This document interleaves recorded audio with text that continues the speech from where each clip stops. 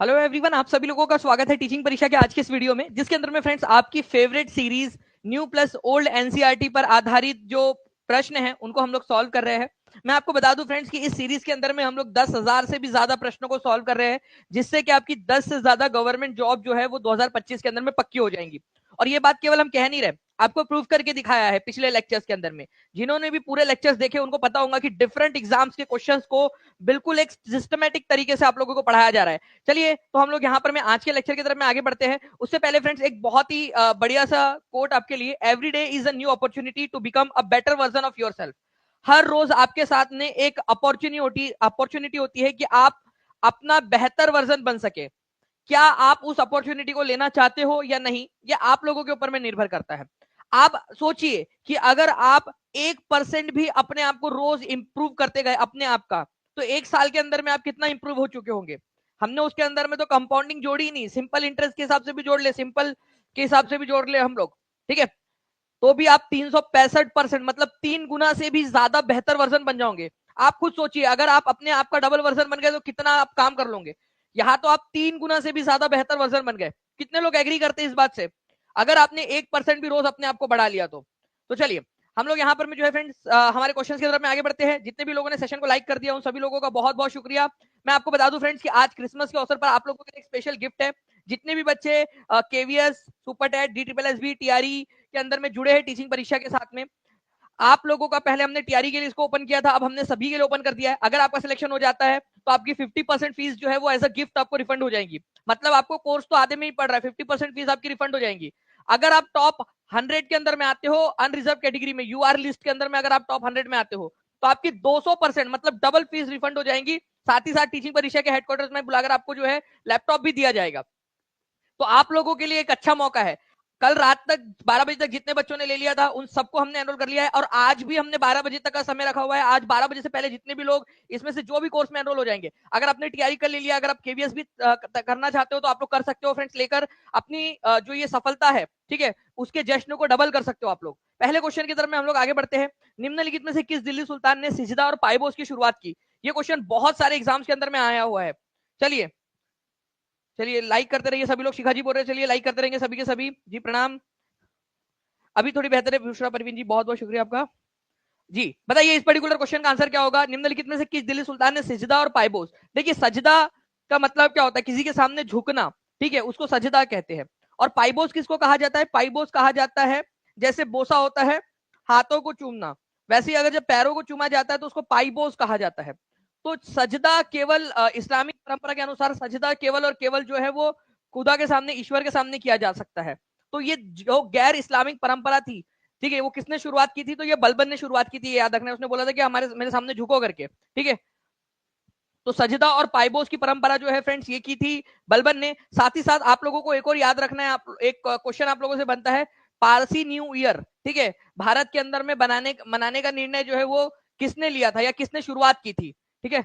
जो फारसी नया साल होता है, ठीक है, पर्शियन न्यू ईयर भारत के अंदर में मनाने की शुरुआत किसने राजा ने की थी। तो आप लोगों का डायरेक्टली आंसर क्या हो जाएगा फ्रेंड्स आप लोगों का, ठीक है, नवरोज, जिसको बोलते हैं बलबन ने स्टार्ट की थी, ये याद रखना आप लोगों ने। तो नवरोज, ठीक है, नवरोज मनाने की जो शुरुआत है फारसी न्यू ईयर, वो भी इसी ने की थी। ये भी एक बहुत ही इंपॉर्टेंट वाला क्वेश्चन है। ये मैं टीम से रिक्वेस्ट करूंगा कि प्लीज इस क्वेश्चन को भी डाल दिया जाए हमारे, क्योंकि ये क्वेश्चन एग्जाम के अंदर में ऑलरेडी आया हुआ है, तो आगे में भी पूछे जाने की बहुत अधिक संभावना जो है इसकी बन जाती है, ठीक है। चलिए नेक्स्ट क्वेश्चन की तरफ में हम लोग आगे बढ़ते हैं फ्रेंड्स। हमारे ये क्वेश्चन हो गया आप लोगों का, सिजदा और पाइबोस की इसने किया था। ईस्ट इंडिया कंपनी ने बंगाल में व्यापार शुरू किया और हुगली नदी के किनारे पर पहला अंग्रेजी कारखाना किस वर्ष स्टार्ट किया। ये एनसीईआरटी से लिया है क्वेश्चन इन्होंने, एनसीईआरटी से। एसएससी सीजीएल 2022 का क्वेश्चन नहीं है आपका, एसएससी में भी आप लोग जो है धूम मचा सकते हो टीचिंग परीक्षा के साथ में पढ़ के। जितने भी लोग जुड़े हुए हैं जल्दी जल्दी से, जिन बच्चों ने सेशन को लाइक कर दिया हाथ ऊपर कर देंगे फ्रेंड्स, ताकि मैं यहाँ देख सकूं कि कितने बच्चे जो बिल्कुल प्रतिसाद दे रहे हैं, और सेशन को लाइक करने के साथ में चैनल को सब्सक्राइब भी करते चलेंगे ताकि आप लोगों को आने वाले सेशंस भी मिलते रहे। देखिए अगर मैं बात करूं, ईस्ट इंडिया कंपनी ने बंगाल में व्यापार शुरू किया और हुगली नदी के किनारे पर पहला अंग्रेजी कारखाना किस वर्ष स्थापित किया था, तो 1651 के अंदर में। ये याद रखना, डायरेक्टली एनसीईआरटी से उठाया हुआ क्वेश्चन नहीं है आप लोगों का। देख सकते हो आप लोग, ईस्ट इंडिया कंपनी बंगाल में व्यापार शुरू करती है, ये आपका दिया हुआ है एनसीईआरटी के अंदर में। पहली इंग्लिश फैक्ट्री बंगाल के इलाके में हुगली नदी के किनारे पर 1651 में खोली गई थी। ठीक है, कौन सी नदी के किनारे पे खोली गई थी, ये एनसीईआरटी का स्क्रीनशॉट लिया है आप लोगों का, ठीक है, हुगली नदी के किनारे पे खोली गई थी, ठीक है, ये याद रखेंगे। और कौन से साल में खोली गई थी, 1651 में। बंगाल की बात हो रही है यहाँ पर, बंगाल में किस वर्ष स्थापित की गई थी, तो ये पॉइंट आप लोगों ने याद रखना था, ठीक है। तो ये दो जो है फिल इन द ब्लैंक करके भी क्वेश्चन बनाया जा सकता है कि ब्लैंक नदी के किनारे पर ब्लैंक में, ठीक है, उन्होंने स्थापित की थी, तो हुगली नदी के किनारे पर 1651 के अंदर में। ओके, चलिए 1651 में देखो, मैं आपसे जो कह रहा हूं ना आप लोगों को, वो हर एक चीज जब मैं आपसे एक्सप्लेन कर रहा हूं तो उसके ऊपर में क्वेश्चन बनने की संभावना रहती है। 1651 में एसएससी एमटीएस में पूछा किस नदी के किनारे पर पहला अंग्रेजी कारखाना स्थापित किया गया था, 1651 के अंदर में, एनसीईआरटी से बनाया है। तो जो बच्चा 10 से भी ज्यादा 2025 को अपना लकी ईयर, अपने जीवन का सबसे बेस्ट ईयर जो है अगर बनाना चाहता है तो ये सेशन पूरा देखिए, ठीक है। अगर मैं बात करूं फ्रेंड्स यहाँ पर मैं इस पर्टिकुलर क्वेश्चन की, तो इस क्वेश्चन के अनुसार हुगली नदी के किनारे के ऊपर में जो है अंग्रेजी कारखाना स्थापित किया गया था। कमेंट के अंदर में लिखते जाएंगे सभी लोग, ठीक है, और ईयर भी लिख देंगे ताकि याद होता जाए आप लोगों को। नेक्स्ट क्वेश्चन की तरफ में आगे बढ़ते हैं, किसी राज्य के राज्यपाल को शपथ कौन दिलाता है। अभी अभी हाल फिलहाल में जो है फ्रेंड्स नए नए राज्यपाल बने हैं, अलग अलग राज्यों के, कुछ राज्यों के राज्यपाल की घोषणा हुई है, तो राज्य के राज्यपाल को शपथ कौन दिलाता है। तो देखो, हर एक राज्य के अंदर में कम से कम एक राज्यपाल होना जरूरी है, ठीक है। तो राज्यपाल को शपथ जो है फ्रेंड्स वो दिलाता है उस राज्य के हाई कोर्ट का चीफ जस्टिस। उस राज्य में जो हाई कोर्ट होगा, ठीक है, उसका चीफ जस्टिस जो है वो शपथ दिलाएगा, ये याद रखना है आप लोगों ने। अगर बिहार के, जैसे कि आरिफ मोहम्मद खान जो है अभी बिहार के नए राज्यपाल बने हैं, ठीक है, राजेंद्र कार्लेकर जो है आपके वो बने हैं केरल के, चले गए अभी वो, तो यहां पर में जो है friends chief justice of that concern high court, ठीक है, वो शपथ दिलाते हैं। तो chief justice of Bihar Arif Mohammad Khan को शपथ दिलाएंगे। जो भी राज्य के, अभी मिजोरम के जो है जो बने हैं नए, मणिपुर के जो बने हैं भल्ला साहब, उनको वहां की जो हाईकोर्ट रहेंगी या उस एरिया के लिए जो हाईकोर्ट निर्धारित किया गया वो उसके चीफ जस्टिस शपथ दिलाते हैं, याद रखना है आप लोगों ने, ठीक है। तो सी इज द करेक्ट आंसर।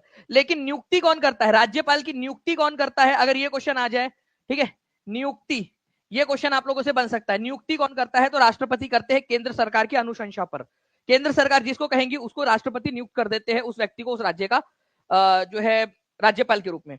क्या एक व्यक्ति एक से ज्यादा राज्यपाल, एक से ज्यादा राज्य का राज्यपाल हो सकता है, हाँ या ना में जवाब दो, क्योंकि ये क्वेश्चन आया हुआ एग्जाम के अंदर में। मैं टीम से रिक्वेस्ट करूंगा कि ये क्वेश्चन जो है पूछा गया था टीआरई के अंदर में, अगर पॉसिबल हो तो प्लीज लगा दीजिए।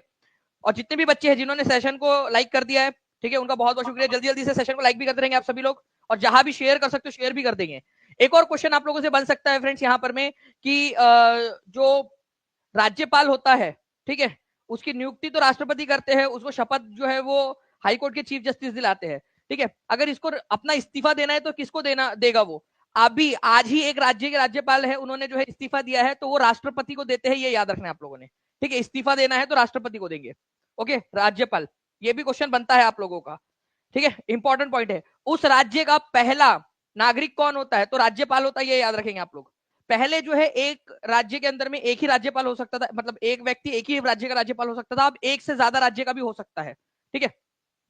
तो राष्ट्रपति जो है फ्रेंड्स अगर इनको शपथ दिलानी है तो भारत के मुख्य न्यायाधीश ये दिलाएंगे, ठीक है। त्यागपत्र अगर राष्ट्रपति को देना है तो उपराष्ट्रपति को देंगे ये, ठीक है। उपराष्ट्रपति को अगर शपथ दिलानी है तो राष्ट्रपति दिलाएंगे, और राष्ट्रपति को ये शपथ भी देगा।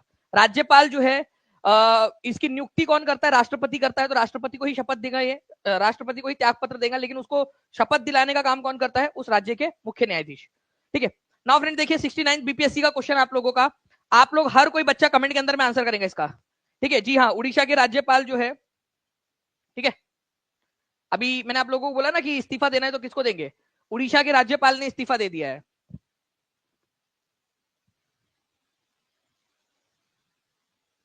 ठीक है।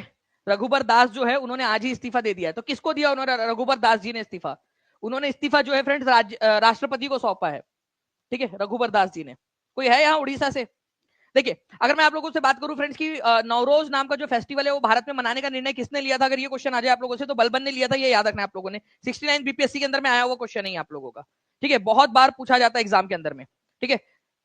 696 लाइक्स हो चुके, 4 लाइक्स दूर है हम लोग 700 से, 1000 का टारगेट हमारा सबसे पहला वाला, जल्दी से सभी लोग अपना अपना योगदान देते रहेंगे इसमें।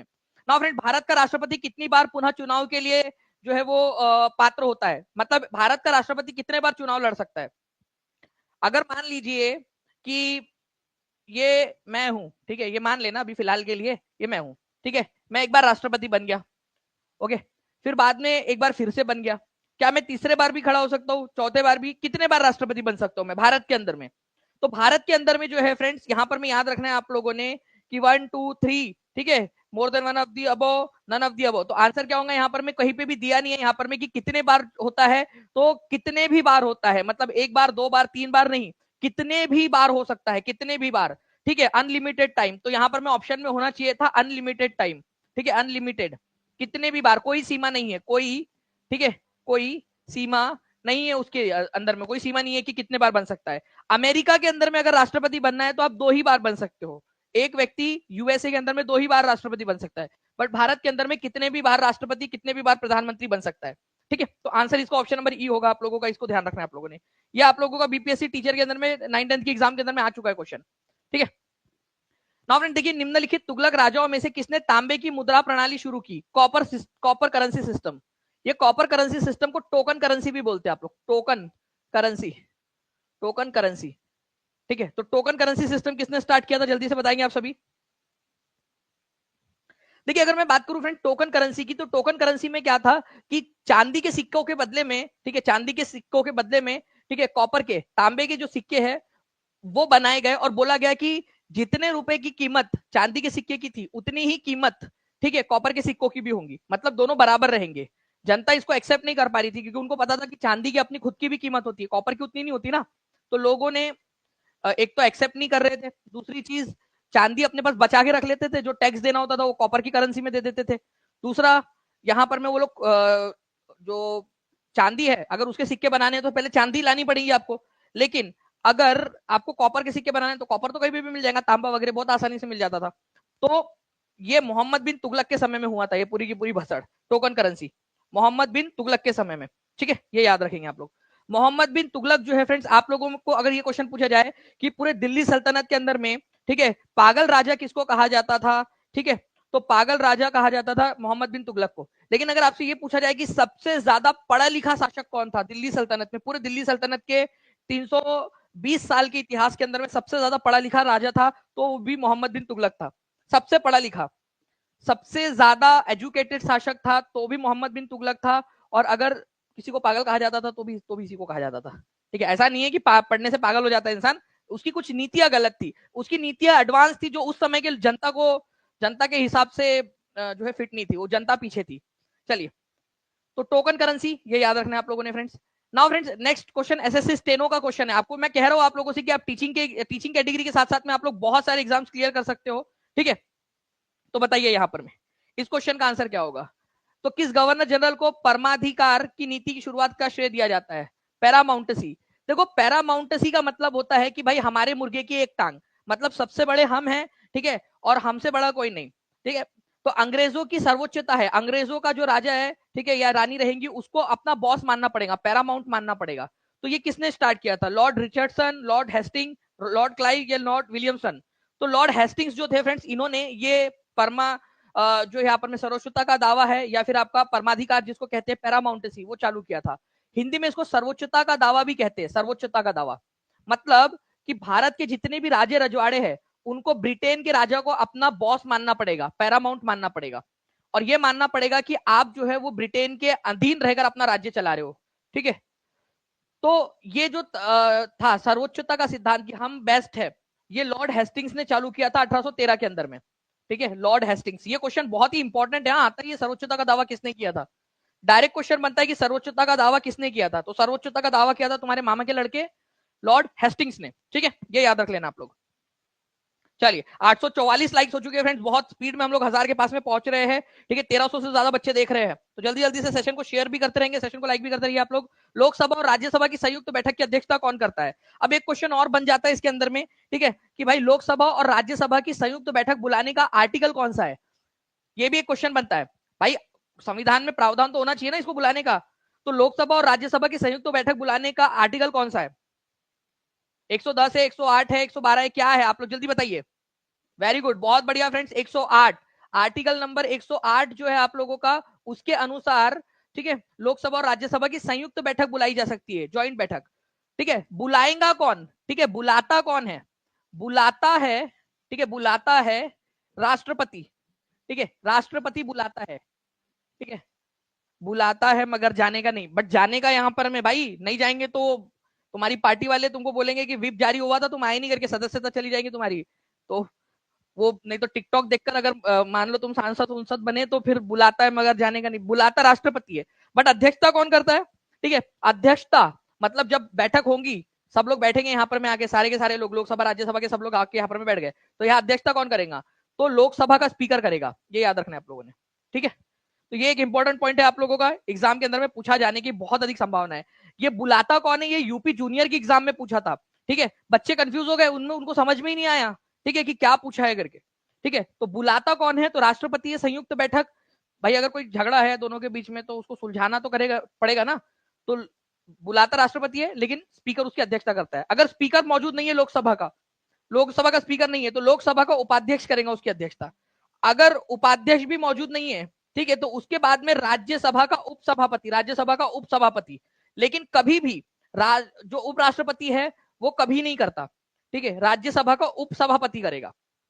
लोकसभा का अध्यक्ष या स्पीकर अगर वो मौजूद नहीं है तो लोकसभा का उपाध्यक्ष करेगा, अगर वो भी मौजूद नहीं है, दोनों को साथ में सुसु लगी, दोनों नहीं है मौजूद यहाँ पर में, राज्यसभा का उपाध्यक्ष राज्यसभा के सभापति पर कभी नहीं जाएगा। क्यों? क्योंकि राज्यसभा का सभापति देश का उपराष्ट्रपति भी होता है, और उपराष्ट्रपति संयुक्त बैठक की अध्यक्षता नहीं कर सकता। इसी वजह से डायरेक्टली लोकसभा के उपाध्यक्ष के बाद में राज्यसभा के उपसभापति पर चले जाता है। ठीक है, ओके, चलिए, तो ये आप लोगों ने याद रखना था। नेक्स्ट क्वेश्चन की तरफ में हम लोग आगे बढ़ते हैं। आप लोगों के आर्टिकल आप लोगों का जो है फ्रेंड्स ये याद रखना है, 108 के तहत जो है वो बैठक बुलाई जा सकती है। अभी हमारी कौन से नंबर की लोकसभा चल रही है? अभी हमारी चल रही है जो है 18वें नंबर की लोकसभा। सभी लोग लिखिए, ठीक है, जल्दी से बताइए यहाँ पर में कि हमारे कौन से नंबर की लोकसभा चल रही है? 18वें नंबर की लोकसभा का चुनाव हुआ है 2024 के अंदर में। ठीक है, इसके स्पीकर कौन बने हैं? ठीक है, तो ओम बिरला सेकेंड टाइम बने हैं। अगर आपसे पूछ लिया जाए कि हमारे लोकसभा में पहली बार कोई महिला स्पीकर कौन बनी थी, पहली बार कोई महिला लोकसभा की अध्यक्षा कौन बनी थी, तो मीरा कुमार बनी थी। ये याद रखना है आप लोगों ने, मीरा कुमार। और उसके बाद में सुमित्रा महाजन। तो अब तक ये केवल 2 ही महिलाएं हैं जो स्पीकर बनी है लोकसभा की, केवल 2 महिलाएं। बहुत इंपॉर्टेंट वाले पॉइंट्स बता रहा हूं मैं आप लोगों को, एग्जाम के अंदर में आते हैं ये आप लोगों के पॉइंट्स। ठीक है, तो आप लोगों ने याद रखना है कि मीरा कुमार बनी थी सबसे पहली महिला अध्यक्ष लोकसभा की। ठीक है, सुमित्रा महाजन सेकंड नंबर पे, ये 2 ही बनी है बस, तो ये याद रख लेना है आप लोगों ने। 18वीं लोकसभा, 17वीं और 18वीं में ओम बिरला थे। ठीक है, 15वीं लोकसभा के अंदर में मीरा कुमार, 16वीं लोकसभा के अंदर में सुमित्रा महाजन थे। ठीक है, चलिए नाउ फ्रेंड्स, अनुच्छेद 108 के तहत लोकसभा और राज्यसभा की संयुक्त बैठक किसके द्वारा बुलाई जाती है? ठीक है, बुलाई जाती है, ये क्वेश्चन आया है अब आप। और यहां पर मैं चाहूंगा हर बच्चा कमेंट के अंदर में आंसर करे जल्दी से, सेशन को लाइक भी करते रहेंगे, 45 लाइक दूर है हम लोग 1000 से।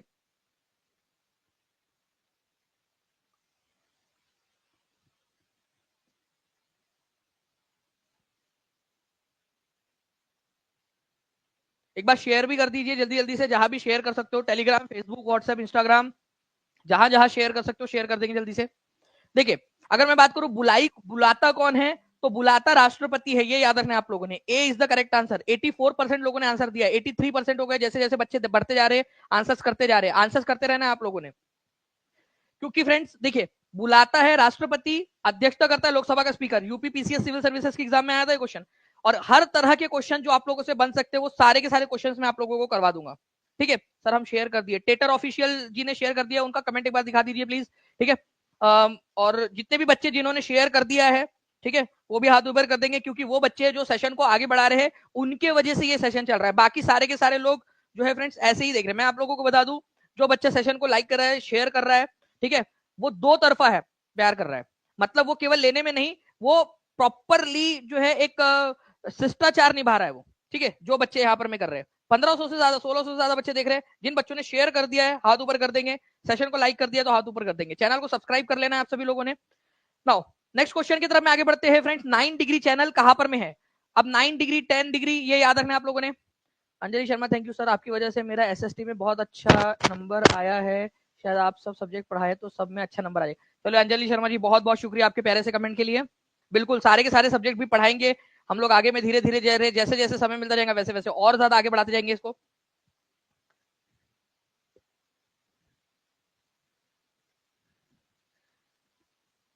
सोशियोलॉजी पीजीटी के लिए काजल यादव जी, मैं आपको ना जो है यहाँ पर मैं आपसे प्रॉमिस करता हूँ कि मैं आपको जो भी सोशियोलॉजी के क्वेश्चंस हुए होंगे समाजशास्त्र के अब तक के, सारे क्वेश्चंस और सारे सॉल्यूशन, ठीक है, मैं आपको ऐप के ऊपर में उपलब्ध करा के दे दूंगा, टेंशन ना लीजिए आप, ठीक है। जीएस वाली जो बैच रहेंगी उसके अंदर मैं सारा उपलब्ध करा दूंगा मैं आपको। 9 डिग्री चैनल अवस्थित है, क्योंकि पीजीटी जो है ऑब्वियसली बात है 11-12 का जो है अभी टीचिंग परीक्षा उसको कैटर नहीं कर रहा है, लेकिन जब करेगा तब के तब, बट आपके लिए पेपर्स अवेलेबल कराने की जिम्मेदारी मेरी, मैं आपको करवा दूंगा, ठीक है।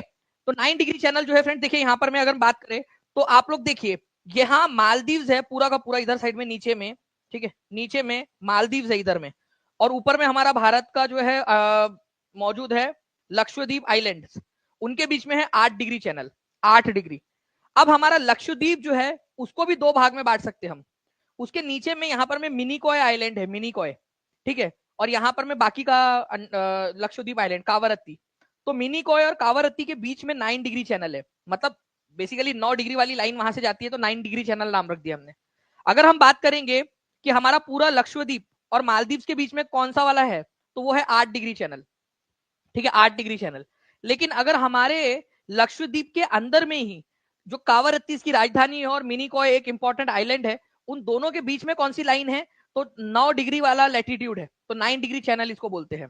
तो अब आप लोग आंसर करिए इसका, कोशिश तो करो यारो, ठीक है, कोशिश तो करो आप लोग, ठीक है। सर आपकी वजह से आज मैं टीचर हूँ, श्याम यादव जी, बहुत बढ़िया, कॉन्ग्रेचुलेशन आपको।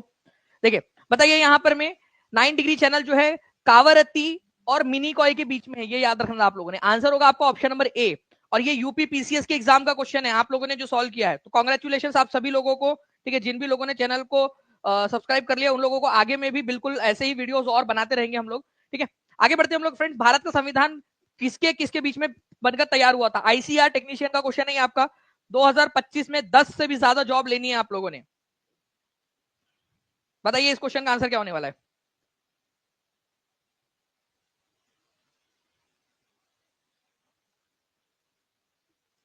जल्दी जल्दी से आंसर करेंगे आप लोग।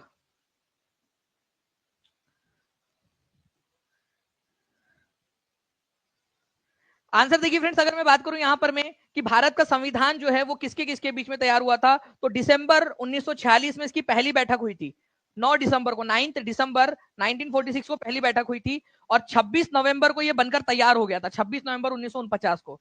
तो आंसर होगा इसका ऑप्शन नंबर, ठीक है, सी, ठीक है, ऑप्शन नंबर सी इसका आंसर हो जाएगा, ठीक है। सर प्यार दो तरफा होना ही जरूरी है क्या? अभी कुलदीप सर आएंगे ना, उनसे पूछ लेना आप, ठीक है, क्या होना जरूरी है, ठीक है, वो बताएंगे आपको खुशी जीवन का राज अपने। चलिए, तो यहाँ पर मैं फ्रेंड्स आगे बढ़ते हैं हम लोग यहाँ पर हमारे नेक्स्ट क्वेश्चन की तरफ में। इस क्वेश्चन का आंसर करिए आप सभी के सभी लोग।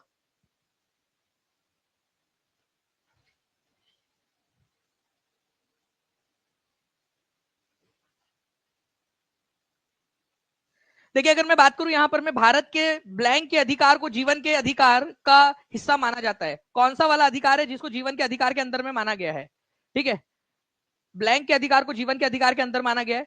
तो जिंदा रहने के लिए तेरी कसम, ठीक है, एक मुलाकात जरूरी है, बट उसके साथ में आप लोगों को जो है फ्रेंड्स पानी भी तो चाहिए, साफ पानी चाहिए, ठीक है, साफ हवा चाहिए आप लोगों को। तो ये सारी की सारी चीजें जो है जीवन के अधिकार के अंतर्गत ही आती है। तो इसके अंदर में बेसिकली आप लोगों का वाटर का जो अधिकार है, ठीक है, भारत के अंदर में जल के अधिकार को जीवन के अधिकार के अंदर ही माना गया है पानी के लिए।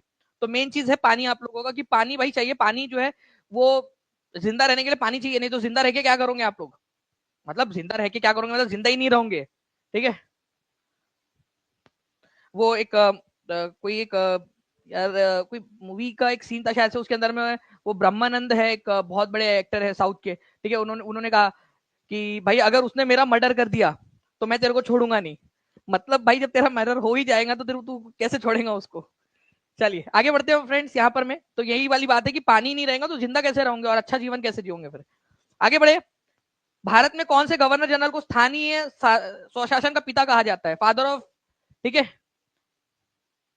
जल्दी बताइए यहाँ पर में, local self government, father of local self government, Lord Ripon, Lord Wellesley, Lord Canning, Lord William Bentinck. Father of local self government, local self government का मतलब पंचायत म्यूनिसिपैलिटी वगैरह जो होती है आप लोगों की। तो लॉर्ड रिपन जो है फ्रेंड्स, इनको father of in local self government कहा जाता है। ये लॉर्ड रिपन बहुत अच्छा इंसान था, भगवान इसकी आत्मा को शांति, ठीक है, और अनुराधा, नेहा, करिश्मा, जो जो भी चाहिए था उसको, सारी चीजें थे उसकी आत्मा को उसके मरने के बाद में, ठीक है। तो लॉर्ड रिपन जो है फ्रेंड्स अच्छा इंसान था, उसने कहा था कि मेरा दिल भारत के लिए धड़कता है अपने देश से ज्यादा, ठीक है। इसने जो है फ्रेंड्स भारत के अंदर में जो प्राइमरी एजुकेशन है उसको बढ़ावा देने के लिए, प्राइमरी एजुकेशन को बढ़ावा देने के लिए हंटर कमीशन का गठन किया था। हंटर, ठीक है, हंटर कमीशन का गठन किया था उसने प्राइमरी एजुकेशन के लिए। हंटर कमीशन का गठन 1882 के अंदर में, ये याद रखना है आप लोगों ने। ओके। इसके अलावा इल्बर्ट बिल इन्हीं के समय में आया था। अच्छा था इल्बर्ट बिल हमारे भारत के लोगों के लिए, ठीक है। क्यों? क्योंकि इल्बर्ट बिल कहता था कि भारतीय जज और यूरोपियन जजेस में समानता लाई जाए। क्या इल्बर्ट बिल पास हो पाया था? इतना अच्छा कानून लाया, देखो कितना अच्छा सोचता था ये हमारे लोगों के बारे में, कि यूरोपियन जजेस को जो पावर है वही भारतीय जजेस को भी होने चाहिए। बट इल्बर्ट बिल बोलते थे उसको, लॉर्ड इल्बर्ट इनके एक जो अधिकारी थे उन्होंने बनाया था, तो इल्बर्ट बिल उसका नाम रखे थे।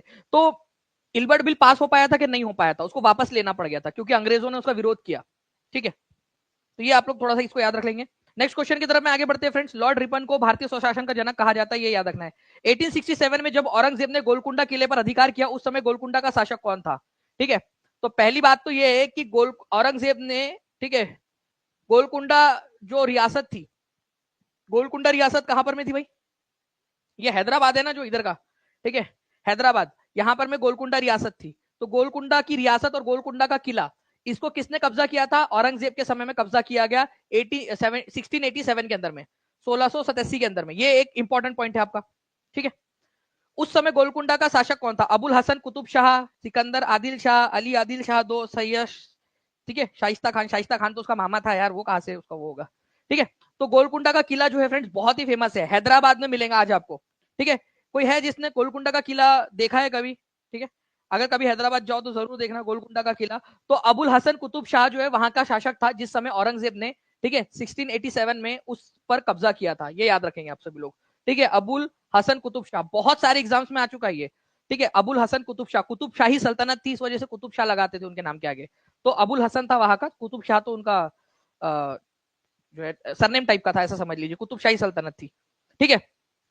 अबुल हसन कुतुब शाह, ये आप लोगों का यूपीपीसीएस सिविल सर्विसेज के एग्जाम में आ चुका है, आपके केवीएस में, डी ट्रिपल एस बी में, कहीं पे भी पूछा जा सकता है। और मैं आपसे कहूंगा कि अगर आप लोग चाहते हो कि आप जो है आज अपनी सफलता सुनिश्चित कर ले, तो आज ही टीचिंग परीक्षा के साथ में आप लोग जुड़ सकते हो। 12 बजे तक का समय, अगर आप लोग जो है आपका सिलेक्शन हो जाता है तो आपकी 50% फीस आपको as a gift return refund हो जाएगी। और जितने भी अब तक जितने भी बच्चे जुड़े हुए टीचिंग परीक्षा के साथ में, हमने हमने क्रिसमस गिफ्ट के रूप में हमने उन सबको जो है वो अपग्रेड कर दिया है। तो आप सभी को कॉन्ग्रेचुलेशन, ठीक है। आप सभी लोग उस स्कीम के अंदर में एनरोल हो चुके हो, और आज 12 बजे तक जो भी बच्चा रहेगा वो भी इसके अंदर में एनरोल हो जाएगा, ठीक है।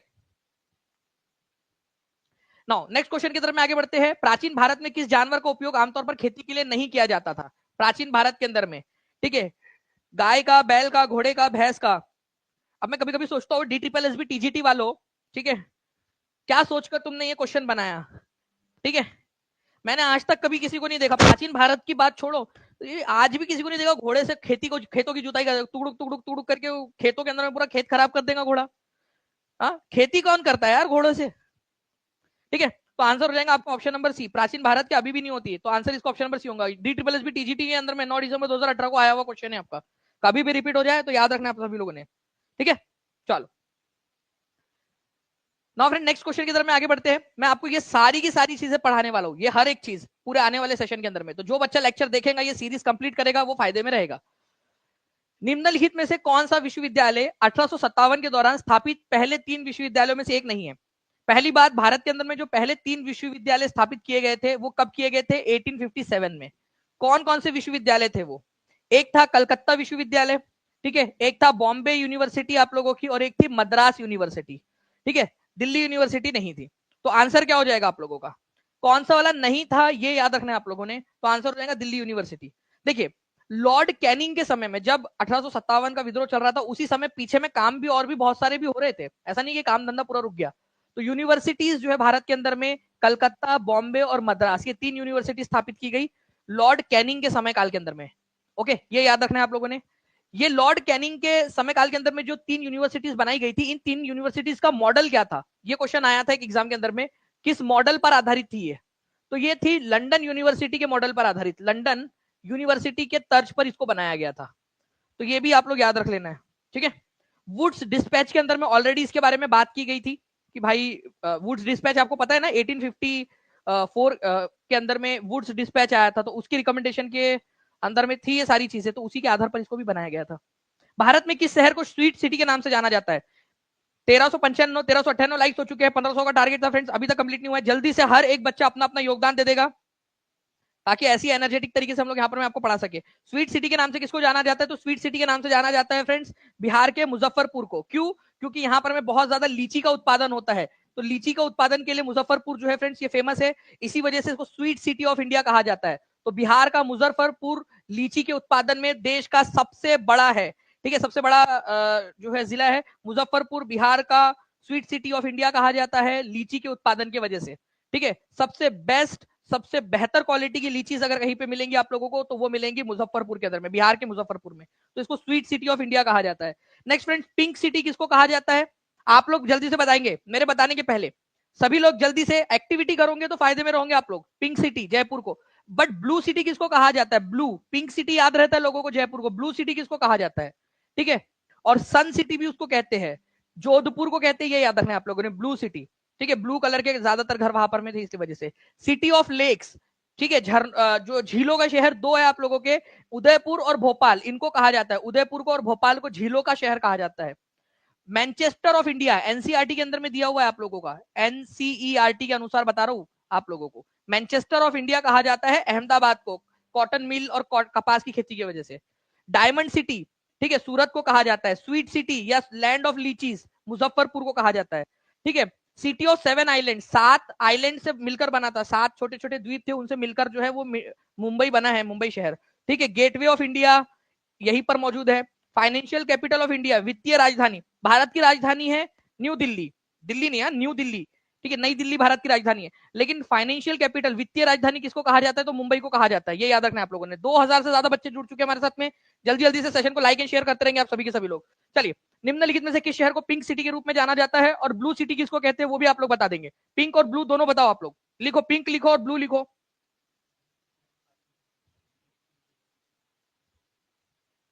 ठीक है, चलिए, तो पिंक सिटी, ठीक है, आप लोगों का जयपुर है, और जोधपुर को जो है ब्लू सिटी के नाम से जाना जाता है, और सन सिटी के नाम से भी इसको जानते हो, ये याद रख लेना आप लोगों ने। सभी लोग कमेंट के अंदर में लिखते जाएंगे ताकि आप लोगों को याद होता जाए चीजें ये।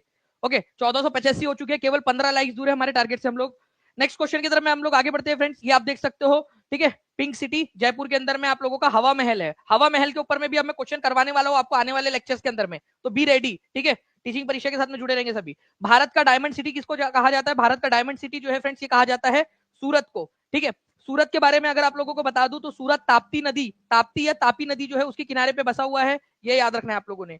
सूरत के अंदर में इंडियन नेशनल कांग्रेस का सेशन हुआ था आप लोगों का 1907 के अंदर में, 1907 का इंडियन नेशनल कांग्रेस का सेशन यहीं पे हुआ था, जहां कांग्रेस में फूट पड़ गई थी, ठीक है।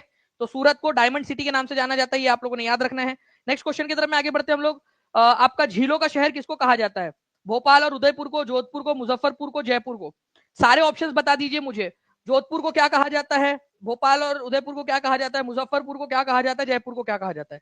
ठीक है, सारे के सारे पॉइंट्स इंपॉर्टेंट वाले आप लोगों के, ठीक है। अब देखो, अगर मैं बात करूं झीलों के शहर की, तो झीलों का शहर भोपाल और उदयपुर को कहा जाता है, ये याद रखना है आप लोगों ने। जोधपुर की बात करेंगे तो इसको ब्लू सिटी और सन सिटी के नाम से जानते हैं। जयपुर को पिंक सिटी के नाम से जानते हैं। मुजफ्फरपुर को स्वीट सिटी के नाम से जानते हैं, sweet city, sweet city of India, sweet city of India. Bhopal और उदयपुर आपका झीलों का शहर। अब झरनों का शहर किसको बोला जाता है? झरनों का, झरना पता है आप लोगों को? पानी ऊपर से गिरता है जो उसको, ठीक है, तो झरनों का शहर किसको कहा जाता है? ये क्वेश्चन अगर आ जाए तो आप आंसर क्या लगाओगे? Any gas? आप लोग लगा सकते हो कोई गैस यहाँ पर? मैं जल्दी से, ये भी क्वेश्चन बन सकता है। झरनों का शहर जो है फ्रेंड्स रांची को कहा जाता है, ये याद रखना है आप लोगों ने। रांची, झरना, waterfall, city of waterfall, Ranchi को बोलते हैं, ये याद रखना है आप लोगों ने, ठीक है। चलिए, नेक्स्ट क्वेश्चन की तरफ में हम लोग आगे बढ़ते हैं फ्रेंड्स। देख सकते हो आप लोग कितना सुंदर सा है यहाँ पर मैं आप लोगों को उदयपुर, ठीक है। नाउ, गेटवे ऑफ इंडिया और भारत की वित्तीय राजधानी निम्नलिखित में से किस शहर से जुड़े उपनाम है? गेटवे ऑफ इंडिया कहां पर में मौजूद है ये बता देंगे आप लोग, और साथ ही साथ जो है फ्रेंड्स आप लोगों ने ये बताना है कि भारत की वित्तीय राजधानी किसको कहा जाता है? Financial capital. इसको एक और कितने आइलैंड का जो है शहर बोलते हैं, कितने आइलैंड से मिलकर बना था ये? तो आपकी बात हो रही है यहाँ पर में मुंबई की, ये 7 आइलैंड से मिलकर बना था, 7 आइलैंड से, इसी वजह से 7 लैंड ऑफ 7 आइलैंड इसको कहा जाता है। गेटवे ऑफ इंडिया यहीं पर है। गेटवे ऑफ इंडिया किसके आने की खुशी में बना था? जॉर्ज पंचम, ठीक है, और उनकी वाइफ मैरी, वो आए थे भारत में, तो उनकी याद में बना था। 1911 में वो आए थे ना, तो उनकी याद में इसको बनाना स्टार्ट किया गया था। भारत की वित्तीय राजधानी मुंबई को कहा जाता है। नेक्स्ट एक इंपॉर्टेंट क्वेश्चन है, 14वीं सदी का ग्रंथ लीला तिलकम किस मैक्रोनिक भाषा में लिखा गया है? आपको बताना बेसिकली कि कौन सी वाली भाषा के अंदर में लिखा गया था लीला तिलकम। पहली बात तो आप लोगों को एक चीज याद रखनी है कि लीला तिलकम, ठीक है, ये कौन से वाले लोगों का है? तो चेरा, चेरा जो लोग थे उन लोगों का एक ग्रंथ है। उनकी मलयालम भाषा जो है ना, उसका ग्रामर इसके अंदर में है। केरल के इलाके के अंदर में चेरा लोग रहा करते थे, केरल, आज का जो केरल है वहां पर में, ठीक है। तो ये मणि प्रवालम जो लिपि है मलयालम भाषा में लिखा गया था, लेकिन जो जो स्टाइल है लिखने का वो मणि प्रवालम में थी। मणि प्रवालम, मणि प्रवालम जो है फ्रेंड्स, मैं आप लोगों को बता दूं कि मलयालम भाषा, मलयालम, ठीक है, प्लस संस्कृत का एक मिक्सचर है, ठीक है, मलयालम। तो इसको मणि प्रवलम बोलते हैं। मणि मतलब, ठीक है, आप लोगों का हीरा, ठीक है, प्रवलम मतलब मूंगा जो समुद्र के अंदर में मिलता है ना, प्रवलम, ठीक है। तो मणि प्रवलम उन दोनों से बना है। मणि और प्रवलम दो चीजें हैं इसके अंदर में, दो इंपॉर्टेंट चीजें। तो मलयालम और संस्कृत से बना है, तो मणि प्रवलम इसको बोला जाता है, ठीक है। तो लीला तिलकम एसएससी के अंदर में आया हुआ क्वेश्चन है आप लोगों का। नाउ जो है फ्रेंड्स, आप लोगों से एक दो क्वेश्चन मैं पूछ रहा हूँ जिसका आंसर आप लोग कमेंट के अंदर में मुझको जल्दी जल्दी से बताओगे, फिर हम लोग आगे बढ़ते हैं। उससे पहले मैं एक चीज आप लोगों को बता देना चाहूंगा, जितने भी लोग यहाँ पर मैं देख रहे हैं उन सभी को, कि भाई आप लोगों का, ठीक है, आप लोगों ने याद रखना है कि जितने भी बच्चे आज रात 12 बजे तक केवीएस में, ठीक है, DSSB के अंदर में, TRE3 के अंदर, TRE4 के अंदर में आप लोगों का, या सुपर टेट के अंदर में अगर एनरोल हो जाते हैं, तो अगर वो सिलेक्शन हो जाते हैं, आज 12 बजे तक ये ऑफर है, और जितने भी बच्चे अब तक एनरोल हो चुके हैं उन सबको हमने यहाँ पर में जो है इसमें शामिल कर लिया है। तो आपका 50% फीस रिफंड हो जाएगी। अगर आप टॉप 100 के अंदर में आते हो, अनरिजर्व कैटेगरी के अंदर में, जो लिस्ट होती है अनरिजर्व में, तो आपको जो है फ्रेंड 200% फीस रिफंड होंगी और एक लैपटॉप भी मिलेगा। तो जो भी बच्चे हैं, अगर आप केवीएस ले चुके हो और आप टीआरई भी देना चाहते हो, तो टीआरई वाले कोर्स में भी आप लोग जुड़ सकते हो, ताकि आप लोगों का वहां पर में भी चांसेस बढ़ जाए आप लोगों के, ठीक है। चलिए नाउ फ्रेंड्स, आप लोगों से दो तीन क्वेश्चन मैं आप लोगों से पूछना चाहूंगा, ठीक है, ताकि आप लोग इसके आंसर्स जो है कमेंट के अंदर में कर सके जल्दी से।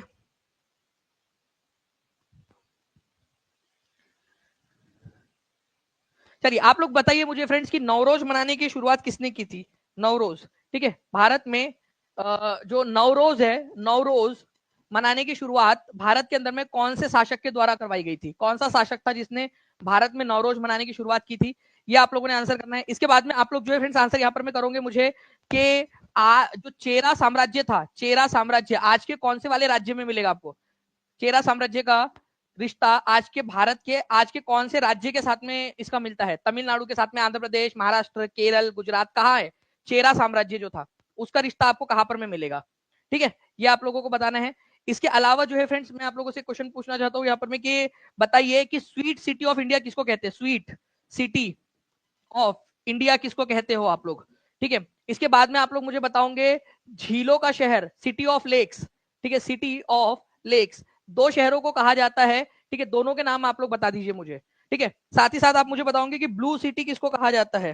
ठीक है, ब्लू सिटी, ब्लू सिटी किसको कहा जाता है ये आप लोग मुझे बताएंगे कमेंट करके। आज आपको पढ़ाया है मैंने पूरा का पूरा, ओके। तो ब्लू सिटी किसको कहते हैं ये भी बता दीजिएगा आप लोग।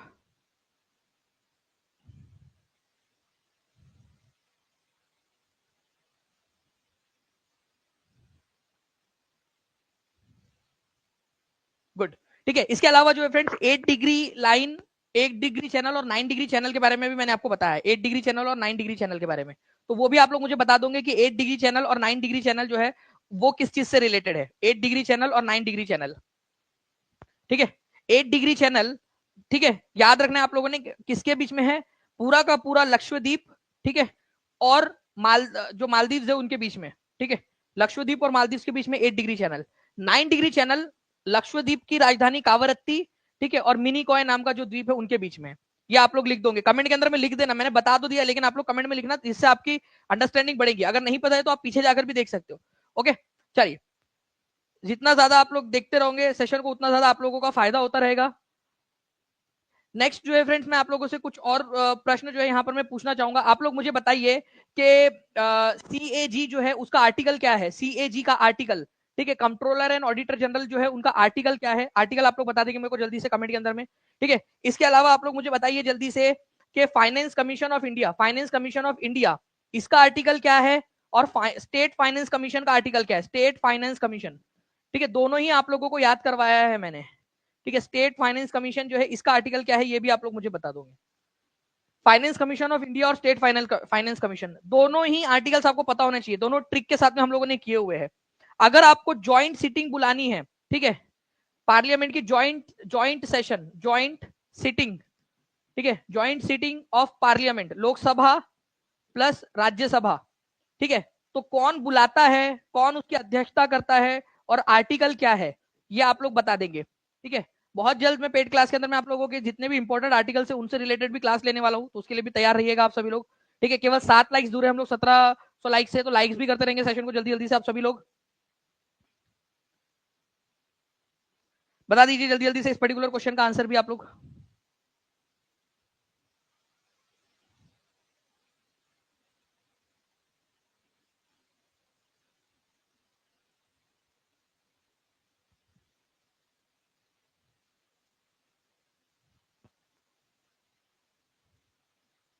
चलिए, आप लोगों को देखिए फ्रेंड्स, यहाँ पर मैं एक जो है मैं एक बहुत ही इंपॉर्टेंट वाली चीज आपको बताना चाहता हूँ।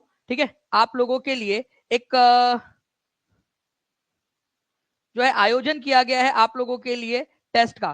ठीक है, देखिए आप लोग यहाँ पर में आपके लिए एक टेस्ट का आयोजन किया गया है। वैसे आप लोगों को जो है कुलदीप सर की अभी जब क्लास होगी उसमें भी आपको बताया जाएगा। ठीक है, लेकिन आप लोग यहाँ पर मैं एक चीज दिखाना चाहूंगा आपको। आज है 25 तारीख, 26, 27, 28, 29, 30, 31, ये क्रिसमस गिफ्ट है आप लोगों के लिए। हर रोज 9 बजे जो है आपकी 30 नंबर की टेस्ट होंगी। ठीक है, हर रोज 50 बच्चे जो है चुने जाएंगे हर रोज। ठीक है, इन 50 बच्चों के लिए 1 तारीख को मेगा टेस्ट होंगी। इन 50 बच्चों में एक और कंपटीशन होगा और 1 तारीख को एक और टेस्ट भी होंगी आप लोगों की, जिसके अंदर में आप लोगों का क्या होगा कि आप लोग सारे के सारे बच्चे, चाहे ये 50 बच्चे हो, 50-50 करके 350 बच्चे हो जाएंगे 7 दिन में। ठीक है, तो जितने भी बच्चे हैं, ठीक है, इसके अलावा बचे हुए वो सारे लोग भी, मतलब 2 टेस्ट होंगी 1 तारीख को आपकी, 1 जनवरी 2025 को, ताकि आप सभी लोग जो है फ्रेंड्स यहाँ पर मैं इस टेस्ट को दे सके। तो आप लोगों को क्या करना है, डेली टेस्ट देनी है 9 बजे। ठीक है, कोशिश करना है टॉप 50 के अंदर में आने की। इसके अलावा जो बच्चा लगातार, ठीक है, 3 दिन तक टॉप करेगा या 7 दिन में से कोई भी 3 बार, कम से कम 3 बार टॉप करेगा जो बच्चा, उसको जो है 3001 रुपए का इनाम मिलेगा। और जो अगर वो बच्चा टीचिंग परीक्षा का पेड स्टूडेंट निकला, ठीक है, जिसने टॉप किया है, तो उसको 4001 रुपए का इनाम मिलेगा। तो 1000 रुपए का और ऊपर से उसको जो है फ्रेंड्स प्रोत्साहन राशि मिलेंगी अगर वो टीचिंग परीक्षा का पेड स्टूडेंट रहा तो। ठीक है, तो आप लोगों को मोटिवेट करने के लिए कंटिन्यूअसली हम लोग पढ़ाने के लिए, ताकि आप पढ़ाई के अंदर में लगे रहे, ये आप लोगों के लिए किया जा रहा है। अभी कुलदीप सर की क्लास है, मैं चाहूंगा कि कुलदीप सर जो है अब कंटिन्यू करे इस क्लास के अंदर में। ठीक है, तो कुलदीप सर आपका स्वागत है, तो please continue. Kuldeep sir, over to you.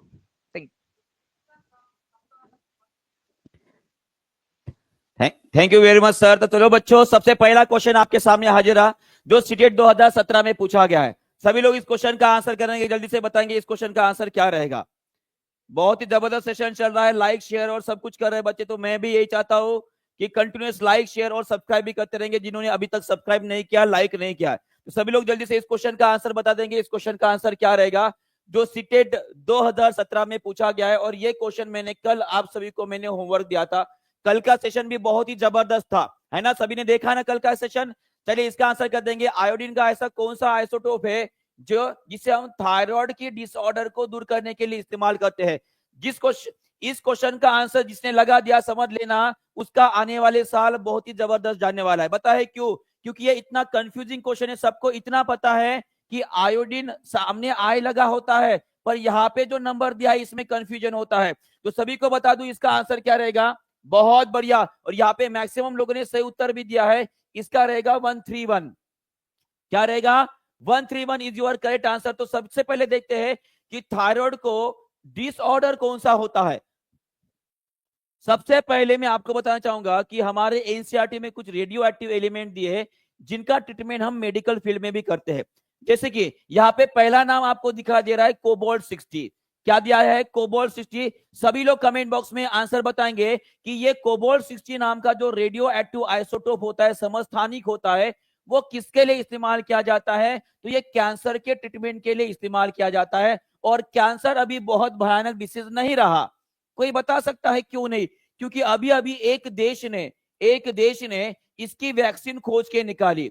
इसकी वैक्सीन खोज के निकाली है जो आने वाले जनवरी महीने में 2025 में उसे लॉन्च करने वाला है। उस देश का नाम सभी लोग कमेंट बॉक्स में लिख देंगे। कैंसर की खोज करने वाला या कैंसर के ऊपर वैक्सीन की खोज करने वाला दुनिया का पहला देश कौन सा है जी? बहुत बढ़िया, बहुत बढ़िया। वो देश है आपका रशिया। क्या नाम है उसका? रशिया है। और उसी तरह से आयोडीन 131 जो है वो हमारे ब्रेन के अंदर कहीं पे ट्यूमर अगर है, उसी तरह से लीवर और थायराइड एक्टिविटी जो होती है उनको जानने के लिए भी I31 का इस्तेमाल किया जाता है। साथ में हमने कल कार्बन 14 के बारे में पढ़ा था। कोई मुझे बता सकता है कि कार्बन 14 ये जो आइसोटोप आपका कार्बन का है जिसे समस्थानिक बोलते हैं, वो हमने किसके लिए जाना था? कल हमने देखे थे कि कार्बन डेटिंग नाम की एक प्रोसेस होती है। कौन सी जी? Carbon dating. ये कार्बन डेटिंग जो होती है, जो जीवाश्म होते हैं उनकी उम्र जानने के लिए इस्तेमाल की जाती है। सभी लोग मुझे बताएंगे कि कार्बन डेटिंग से हम कितने साल पीछे जाकर जीवाश्म जो बने हैं उनकी उम्र जान सकते। तो उसका आंसर क्या रहेगा जी? 60,000 साल पहले की चीजें जो है उनकी उम्र हम जान सकते हैं। और उसी तरह से ये कार्बन 14 ना केवल कार्बन डेटिंग के लिए इस्तेमाल किया जाता है, साथ में अगर आपके शरीर का मेटाबॉलिज्म कुछ बदल गया है, आपको डायबिटीज हो गई है या आपको एनीमिया या गाउट नाम की डिसीज हो गई, तो उसमें भी आपका कार्बन 14 का इस्तेमाल किया जाता है। उसके बाद होता है कार्बन 11, उसके बाद सोडियम 24, उसके बाद थैलियम 204। इनके भी उपयोग जो यहाँ पे दिए गए हैं। ये चार जो है मैं हमारे टीचिंग परीक्षा के टेलीग्राम चैनल के ऊपर डाल दूंगा। सभी लोग टीचिंग परीक्षा का जो टेलीग्राम है उसे ज्वाइन कर लेंगे और जो इंपॉर्टेंट चार्ट्स हम वहां पे डालते हैं उसे पढ़ाई करते रहेंगे। ठीक है। उसके बाद देखते हैं कि थायराइड ग्रंथि जो हमारी होती है वो कितनी ज्यादा इंपॉर्टेंट है। आप सभी को पता है थायराइड ग्लैंड कहां पर मौजूद होती है जी? आपके गले में होती है। कहां पर होती है? गले में होती है। ये थायराइड ग्रंथि जो होती है ये एक प्रकार का थायरोक्सिन नाम का हार्मोन निकालती है। कौन सा? थायरोक्सिन नाम का हार्मोन निकालती है जो सेल मेटाबॉलिज्म का मतलब क्या होता है? आपके शरीर में जितना भी चयापचय की प्रक्रिया होती है उसे कंट्रोल करने का काम ये थायरोक्सिन नाम का हार्मोन करता है। और कोई मुझे बता सकता है कि ऐसा कौन सा खनिज होता है, ऐसा कौन सा खनिज होता है जो थायरोक्सिन बनाने में थायराइड ग्रंथि की मदद करता है? चलिए सभी लोग इसका आंसर करेंगे जी। इसका आंसर क्या रहेगा? फास्ट। बहुत बढ़िया, बहुत बढ़िया। उस खनिज का नाम क्या है? उसका नाम है आयोडीन। उसका नाम क्या है? आयोडीन। अगर आयोडीन की कमी हो गई तो आपको कौन सा डिसीज होता है ये भी आप कमेंट बॉक्स में लिख दोगे। वो मैं आंसर नहीं बताने वाला हूं क्योंकि उसका आंसर आप सभी को पता है। बराबर है? क्लियर है? चलिए आगे बढ़ते हैं। और उसी तरह से हमारे थायराइड ग्रंथि के पीछे, ये जो आपको थायराइड ग्रंथि इस तरह से नजर आ रही थी ना, इसके पीछे की साइड में अगर जाओगे तो यहाँ पे कुछ इस प्रकार की कुछ 4 ग्रंथियां नजर आएगी जिसको बोलेंगे, इसका नाम कोई बता सकता है क्या? इन ग्रंथियों का नाम बता सकता है जो थायराइड ग्रंथि के साथ रहती है? कोई है यहाँ पे? चलिए देखते हैं, दिमाग लगाइए, देखते हैं कि आपके शरीर की थायराइड ग्रंथि कितनी ज्यादा एक्टिव है। चलिए देखते हैं। वो ग्रंथि जो होती है ना, वो ग्रंथि जो होती है आपके शरीर के कैल्शियम को कंट्रोल करने का काम करती है। चलिए बताइए। बहुत बढ़िया, प्यारा थायराइड ग्लैंड। ये कौन सी है जी? प्यारा थायराइड ग्रंथि। प्यारा थायराइड ग्रंथि ये पैराथायराइड नाम का हार्मोन निकालती है और ये क्या करता है जी? आपके शरीर के अंदर जो कैल्शियम की मात्रा होती है इसे कंट्रोल करने का काम करती है। ये आपको याद रखना है। क्लियर है? क्लियर है? चलिए आगे बढ़ते हैं। नेक्स्ट क्वेश्चन आप सभी के लिए। उसके बाद बता देंगे कोबाल्ट 60। ये एसएससी में पूछा गया क्वेश्चन है। एसएससी सीजीएल में पूछा गया क्वेश्चन है। देखते इसका उत्तर कौन करता है। चलिए बताइए। रेलवे की तैयारी कौन कौन कर रहा है? एक बार हाथ ऊपर कर देंगे जी। रेलवे की तैयारी कौन कौन कर रहा है? रेलवे की तैयारी कौन कौन कर रहा है? जो रेलवे की तैयारी कर रहे हैं एक बार हाथ ऊपर कर देंगे कि सर मैंने रेलवे का फॉर्म भरा है। अभी लगभग 32,000 वैकेंसी निकलने वाली है और आगे अगले साल में और 52,000 वैकेंसी अलग निकलने वाली है। तो जी, तो कुछ लोग हैं जी साइंस नहीं आता है तो कहाँ भटक रहे हो? यहीं पे मिलता है साइंस आपको, ये बाजू में ही उग रहा है साइंस, है ना? बहुत बढ़िया। अगर आप रेलवे की तैयारी कर रहे हो तो आप सभी को बता दूं कि एसएससी परीक्षा एसएससी परीक्षा नाम का, एसएससी परीक्षा नाम का हमारा यूट्यूब चैनल है, ठीक है, उसे जाकर सब्सक्राइब कर रख दो, इसे सब्सक्राइब जाके करके रख देना। जैसे वीडियो खत्म हो जाता है नीचे जाओगे तो आपको एसएससी परीक्षा नाम से एक चैनल नजर आएगा, वहां पर हम जो आरआरबी के जो ग्रुप डी की क्वेश्चन है उनकी सीरीज लेकर जाने वाला हूं, विज्ञान की खास तौर पर मैं बता रहा हूं, तो उसे सब्सक्राइब करके रख दीजिए ताकि आने वाले समय में कल परसों या नरसों या नए साल में जो नई सीरीज हम शुरू करने वाले ग्रुप डी के बच्चों के लिए, वो आपके लिए भी इंपॉर्टेंट रहेगी। तो वहां पे मैं पढ़ाने वाला हूं, सभी लोग वहां पे भी आएंगे, ठीक है, तो वो भी विज्ञान का क्लास जो रहेगा वो बहुत इंपॉर्टेंट रहेगा। क्लियर है? चलिए बहुत बढ़िया। तो ये बता देंगे कि कोबाल्ट 60 जो होता है वो कॉमनली किसके थेरेपी के लिए इस्तेमाल किया जाता है, किसका इस्तेमाल किया जाता है, तो यहाँ पे आपको याद रखना है सी, याद रखना है सी, ग्यामा रे। क्या आएगा? ग्यामा रे। क्लियर है? याद रहेगा। चलिए बहुत बढ़िया, आगे बढ़ते हैं, नेक्स्ट क्वेश्चन की तरफ बढ़ते हैं। इसका आंसर कर देंगे, which of the following is not an isotope, कौन सा जो है वो एक समस्थानिक नहीं है हाइड्रोजन का।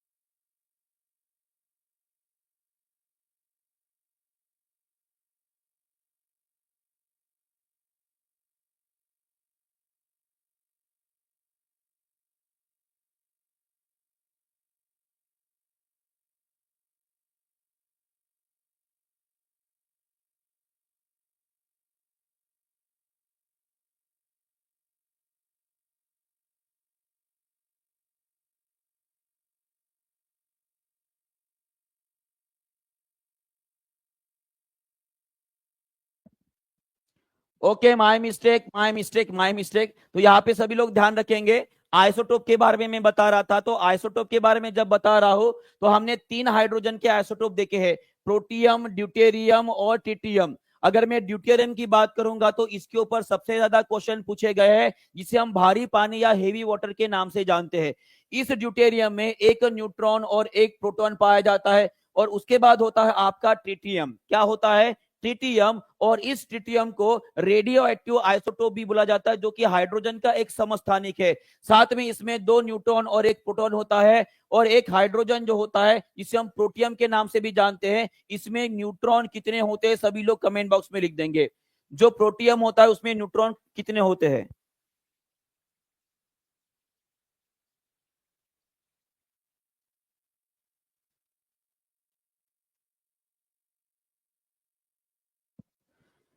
चलिए बताइए, क्लियर है?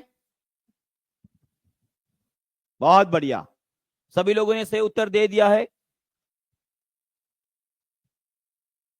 हाँ, ठीक है, इसका रहेगा 0। क्या रहेगा? 0, बराबर है।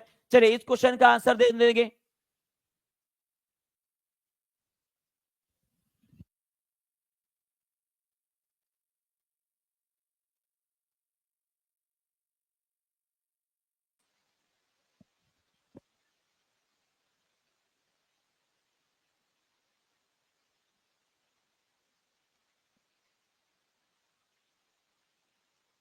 आप लोगों को एक इन्फॉर्मेशन देनी थी, उस इन्फॉर्मेशन को देने के लिए जो है फ्रेंड्स यहाँ पर मैं आया हूँ। कुलदीप सर भी है। चलिए मैं एक आप लोगों में से कई सारे बच्चे हैं जो पूछ रहे थे कि सर ये टेस्ट को देनी कैसी है, ये टेस्ट। और कुलदीप सर को पता है कि हमने जब इसको डिजाइन किया तो इस तरीके से डिजाइन किया कि आप लोगों का लेवल जो है वो अप अप अप होता जाए। तो मैं आपको बता दूं, नीचे में ना एक फॉर्म दिया हुआ है आप लोगों को, वो फॉर्म को आप इस क्लास के बाद में भर लीजिएगा, ठीक है। जैसे आप इस फॉर्म को भरोगे आपको एक कोर्स में ऐड कर दिया जाएगा क्रिसमस गिफ्ट के अंदर में आप लोगों के लिए। आप लोग देख पा रहे होंगे आप लोगों की स्क्रीन के ऊपर में, ठीक है। कैसे आप लोगों को ढूंढना है, आप जाओगे माई कोर्सेज के अंदर में, ठीक है। माई कोर्सेज में जाकर आपने क्या करना है, ऊपर में सर्च कर लेना है, उसमें मिशन 2025, ठीक है। ये कोर्स है आप लोगों का जिसमें आपको ऐड कर दिया जाएगा जब आप फॉर्म भर दोगे नीचे में, ठीक है। तो आपको फॉर्म भर देना है, इस क्लास के बाद में आपको ऐड कर देंगे। आपने कंटेंट में जाना है। उसमें कंटेंट में जाने के बाद में आप लोग देखोगे इस प्रकार से आप लोगों को दिखाई देगा, ठीक है। और ये टेस्ट पे आप देखोगे जैसे ही क्लिक भी करोगे तो आपको पता चल जाएगा 9 बजे टेस्ट होने वाली है, आपको पता चल जाएगा। तो ये अभी अगले 7 दिन तक लगातार होने वाली है ये टेस्ट, ठीक है। ओके, तो ये मैं एक बार फिर से दिखा देता हूँ आप लोगों को, आप लोग फिर से देख लीजिए। आप लोग अगर फॉर्म भर दोगे नीचे में आपको ऐड कर देंगे हम 9 बजे के पहले पहले ही। जितने बच्चे बाद में देख रहे हैं वो लोग भी कर लीजिएगा ताकि कल आप लोग देख सके उसको। एंट्री टाइम जो है फ्रेंड्स आप लोगों का 5 मिनट का रहेगा, मतलब 9 बजे से 9:05 तक आप लोग एंटर कर पाओगे, उसके बाद में एंट्री नहीं कर पाओगे आप लोग, ठीक है। फिर हम लोग 1 तारीख के बाद में इसको ओपन कर देंगे सारे लोगों के लिए, ठीक है। क्योंकि ताकि एक अच्छा जो है आपका कंपटीशन हो सके। तो आप लोग यहाँ पर मैं देख सकते हो आप लोगों का पूरा कि कैसे कैसे करना है। अपने माई कोर्सेस में जाकर आपने मिशन 2025 सर्च करना है, आपको मिल जाएगा वो। ओके, पेड वाले बच्चे जो पूछ रहे हैं कि पेड वाले बच्चों को भी फॉर्म भरना है क्या, जी हाँ, आप लोग भी भर दीजिए फॉर्म, ठीक है। अच्छी बात है, आप लोग भी कंपटीशन के अंदर में आ जाएंगे, आप लोगों को भी भर देना ही है, सभी ने भरना है इस फॉर्म को। पेड वाले भी भर दीजिएगा आप लोग भी फॉर्म, ठीक है। बिना पेड वाले स्टूडेंट भी भर सकते हैं, पेड वाले स्टूडेंट भी भर सकते हैं। जो अगर इसके बीच में कहीं पे अगर है, मतलब लेने की स्थिति में है, तो मतलब लेने वाले हैं, पेमेंट अटका हुआ है, वो लोग भी भर सकते हैं, ठीक है। चलिए, तो over to you Kuldeep sir. जी sir, thank you very much. तो आशा करते हैं सभी बच्चों को समझ में आ गया है कि कैसे टेस्ट देना है। तो ये है लेवल हमारे टीचिंग परीक्षा का। हम केवल पेड बच्चों के बारे में ही नहीं सुनते हैं, बल्कि हम उस सभी बच्चों के बारे में सुनते हैं जो एक्चुअली कंपटीशन में सच में उतरना चाहते हैं, ठीक है। उन सभी बच्चों के बारे में सोचते हैं जो मेहनत कर कर अपने परिवार, अपना और अपने समाज का कल्याण करना चाहते हैं। क्योंकि हम जानते हैं कि जब तक बिहार का टीचर नहीं सुधरेगा तब तक जो है बिहार नहीं सुधरने वाला है। और याद रखिएगा, बिहार का टीचर बनाने का एक वादा, एक अच्छा टीचर बनाने का वादा हम टीचिंग परीक्षा ने किया है, और उसी एक मिशन के ऊपर हम सभी लोग काम कर रहे दानिश सर के मार्गदर्शन में। तो एक बात हमेशा ध्यान में रखिएगा कि आप टीचर ही हो जो बिहार का भविष्य बदल सकते हो, ठीक है। तो एक ही नारा रहेगा, कौन सा रहेगा जी? क्योंकि टीचिंग परीक्षा का टीचर बनेगा अभी बिहार का भविष्य, ठीक है। इस तरह से नारा आपको ध्यान में रखना है, फ्यूचर बनेगा, ठीक है। क्लियर है? चलिए, बहुत बहुत बढ़िया। तो चलिए सभी लोग इसका आंसर का क्वेश्चन का आंसर भी कर देंगे। चलिए बताइए, आंसर दे दिए सभी लोगों ने? बहुत बढ़िया, इसका टीटीएम रहेगा, बराबर है। चलिए आगे बढ़ते हैं, नेक्स्ट क्वेश्चन आप सभी के लिए। कौन सा ऐसा हाइड्रोजन का आइसोटोप है जिसमें न्यूट्रॉन नहीं होता है? चलिए सभी लोग जल्दी जल्दी आंसर करेंगे, आगे बढ़ेंगे। आवाज नहीं आ रहा है? सभी को आवाज आ रहा है?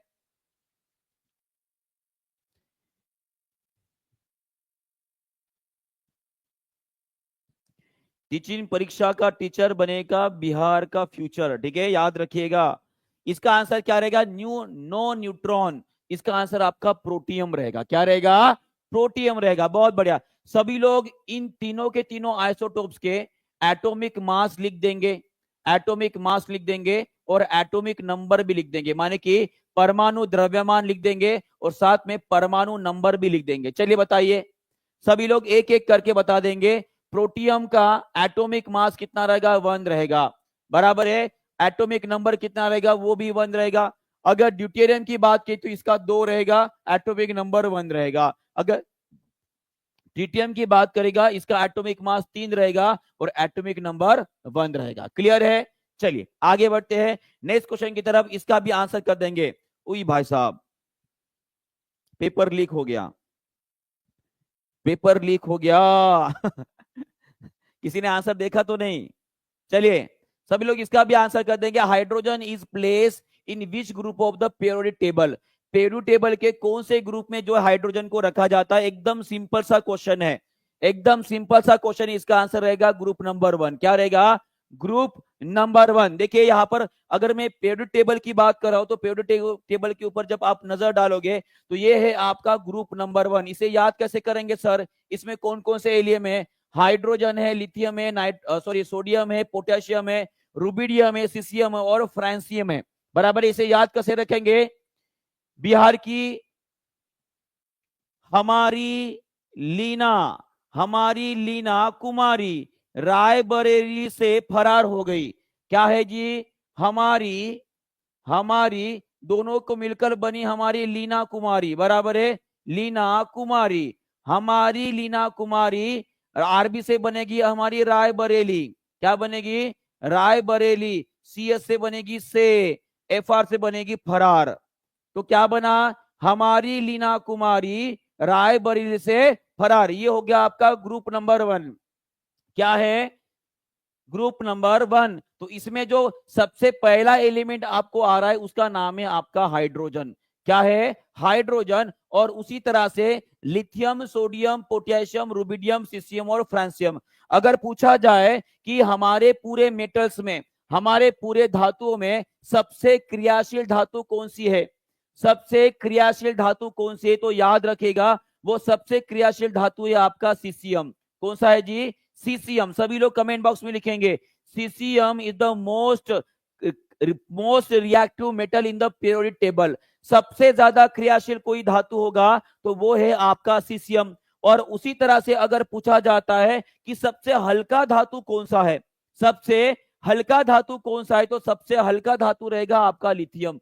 लिथियम रहेगा सबसे हल्का धातु है, सबसे हल्का धातु है। और उसी तरह से अगर पूछा जाता है कि पूरे के पूरे पीरियोडिक टेबल में सबसे हल्का मूल द्रव्य कौन सा है, तो आपका ध्यान में रहेगा हाइड्रोजन। क्या रहेगा? हाइड्रोजन। ये क्लियर हो गया सभी को? सबको क्लियर हो गया है? और उसी तरह से अगर अधातुओं की बात की जाए तो अधातु में सबसे ज्यादा क्रियाशील कौन होता है? फ्लोरीन। सभी लोग कमेंट बॉक्स में लिखेंगे फ्लोरीन। और ये फ्लोरीन कौन से ग्रुप में होता है? इसे बोला जाता है हैलोजन ग्रुप। क्या बोला जाता है? Halogen group. और ग्रुप नंबर है उनका 70 नंबर का ग्रुप है, हमारे 70 नंबर का ग्रुप है। सर इसे याद करने की ट्रिक बताओ क्या? किन किन लोगों को हैलोजन ग्रुप के एलिमेंट्स को याद करने की ट्रिक चाहिए? एक बार हाथ ऊपर कर देंगे। अगर आपको ट्रिक जाननी है तो एक बार हाथ ऊपर कर देंगे। देखो ट्रिक क्या है। क्या हुआ ना, फिर कल बाहर आई आंटी, फिर कल बाहर आई आंटी। किसके लिए आई जी? आपको तोड़ने के लिए आ गई। क्यों आई? क्योंकि आपने कुछ ना कुछ शैतानी की होगी, बराबर है? तो याद रखिएगा आपने कुछ ना कुछ शैतानी की और उसके वजह से फिर कल बाहर आई आंटी आपको तोड़ने के लिए। याद रख लिए भाई साहब, ठीक है? फिर कल बाहर आई आपको तोड़ने के लिए, ठीक है? ये क्लियर हो गया है। उसके बाद एक और मजेदार बताता हूं आपको, बराबर है? यहाँ पे जो आपको नजर आ रहा है मेरी सबसे मन पसंदीदा एक जो है ट्रिक मैं आपको बताना चाहूंगा। देखिए यहाँ पे जो है हमारी लैंथेनाइट सीरीज है, हमारी लैंथेनाइट सीरीज है। इसको याद कैसे करेंगे? याद करेंगे, देखो सुनना सिर्फ, याद बाद में कर लेना। बस आपको एक मजेदार कहानी सुनाने वाला हूं। सीने पर नदिया प्रेम समाई। अरे वाह वाह बोलो, अरे वाह वाह बोलो। सीने पर नदिया प्रेम समाई, है ना? यू गदतब दिन हुआ। वाह वाह बोलो, वाह वाह बोलो। सीने पर नदिया प्रेम समाई, यू गदतब तब दिन हुआ। अरे ओ, अरे ओ, है ना? यार तुम यूं ही लात मारकर चले गए, है ना? यार तुम यूं ही लात मारकर चले गए। ये हो गई आपकी लैंथेनाइट सीरीज को अगर याद है तो इस तरह से आप इसको याद कर सकते हो। एक्चुअली ये कहानी जो है आपको बहुत अच्छे से और अच्छे से बताऊंगा। जिस दिन मैं आपको पीरियोडिक टेबल के लिए एक स्पेशल क्लास लूंगा ना, उस दिन आपको इसे और अच्छे से बताऊंगा, ठीक है? ये बहुत बढ़िया बढ़िया जो है यहाँ पे शायरिया बनती है और याद करने को बहुत ही ज्यादा पसंद भी आती है। देखिए एक और मेरी मनपसंद बताता हूं। जब मैं बेरोजगार था ना, मैं जब बेरोजगार था और जब मैं 12वीं कक्षा पास होकर जो है ग्रेजुएशन करने चला गया था, उस टाइम पे मैंने पापा को जो है साइकिल मांगी थी। गाड़ी वाड़ी तो हमारे जमा में मिलती नहीं थी। गाड़ी का नाम ले तो भाई साहब पिताजी ऐसे लात मार के घर के बाहर निकाल देते थे। मैंने सिर्फ साइकिल मांगी थी। पर अगर आप जो है अगर गाड़ी मांग रहे हो तो देखो पिताजी की हालत क्या हो जाती है। बेटा मांगे कार स्कूटर बाप रोए। बेटा क्या मांग रहा है? कार भी मांग रहा है और स्कूटर भी मांग रहा है। और उसके वजह से बाप क्या हो रहा है? रो रहा है। बाप क्या कर रहा है? रो रहा है। बहुत बढ़िया, बेटा मांगे कार स्कूटर बाप रो है, ठीक है? चले याद रखेंगे। तो पीरियोडिक टेबल के ऊपर कुछ चुनिंदा क्वेश्चन लेता हूं जो हमारे लिए इंपॉर्टेंट होंगे, ठीक है? चलिए आगे बढ़ते हैं। वाह वाह बोल रहे हो, रो भी रहे हो भाई, सब किसके लिए रो रहे हो? ठीक है, आपने भी पढ़ा है, बहुत बढ़िया। आपने अगर पढ़ा है तो बहुत बढ़िया बात है, ठीक है, पढ़ते रहिए। और इसी तरह से ट्रिक से अगर कोई बातें याद करते हो तो लंबे समय तक याद भी रहती है।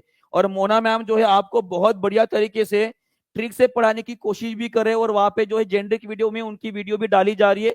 अगर आप उसे देखोगे तो भाई साहब आपका भी फायदा हो जाएगा। चलिए बताइए इसका आंसर क्या रहेगा।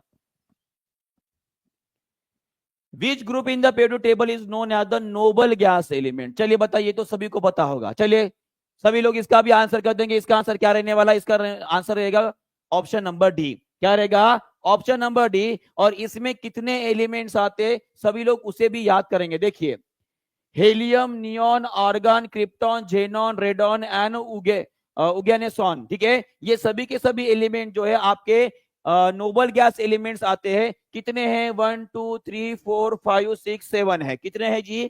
7 नोबल गैस एलिमेंट्स है।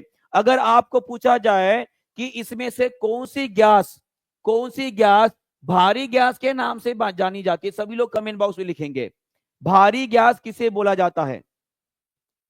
भारी गैस किसे बोला जाता है? सभी लोग एक बार कमेंट बॉक्स में जरूर बताएंगे। चलिए बताइए। बहुत बढ़िया जी, थैंक यू बिहारी ब्लॉग जी, आपका बहुत बहुत धन्यवाद। चलिए बताइए इसका आंसर क्या रहेगा। सबसे भारी गैस कौन सी होती है? सभी को पता है मुझे, मैंने बताया भी आपको। बहुत बढ़िया जी, बहुत बढ़िया। उसका आंसर रहेगा आपका रेडॉन गैस। कौन सी गैस रहेगी? रेडॉन जो होती है वो सबसे भारी गैस होती है, जो कि कहां पर मिलती है? वो मिलती है आपको जमीन के अंदर। कहां पे मिलती है? जमीन के अंदर। वो हवा में नहीं होती है, वो इतनी ज्यादा भारी होती है। और उसी तरह से अगर आपको पूछा जाए कि जो बल्ब होते हैं हमारे, है ना, घर में जो उजाला करने वाले जो बल्ब होते हैं, उन बल्ब्स में कौन सी गैस भरी जाती है? उन बल्ब्स में कौन सी गैस भरी जाती है? तो उसका आंसर रहेगा आपका आर्गन, नियॉन। ये गैस जो है उसमें इस्तेमाल की जाती है, और साथ में नाइट्रोजन का भी इस्तेमाल किया जाता है। उसी तरह से एक और क्वेश्चन जो है बहुत ही ज्यादा इंपॉर्टेंट है, और एसएससी और आरआरबी में अक्सर पूछा गया है, और मुझे पता है उस क्वेश्चन का आंसर आप गलत करने वाले हो। तो कौन कौन लोग चैलेंज लेते कि सर मैं उस क्वेश्चन का आंसर सही कर सकता हूं? देखते हैं। चलो चैलेंज एक्सेप्ट करते हो क्या? चैलेंज एक्सेप्ट करते हो? मेरा चैलेंज है कि आप सभी लोग उस क्वेश्चन का आंसर गलत करोगे, मुझे पता है। अगर आप चैलेंज एक्सेप्ट करते हो तो क्वेश्चन में आपको दिखा रहा हूं। चलिए देखिए वो क्वेश्चन क्या है। चलिए बताएंगे इस क्वेश्चन का आंसर।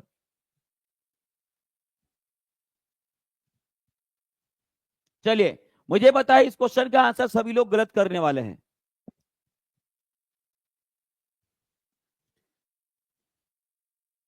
देखो सब सब इतर बितर हो गए।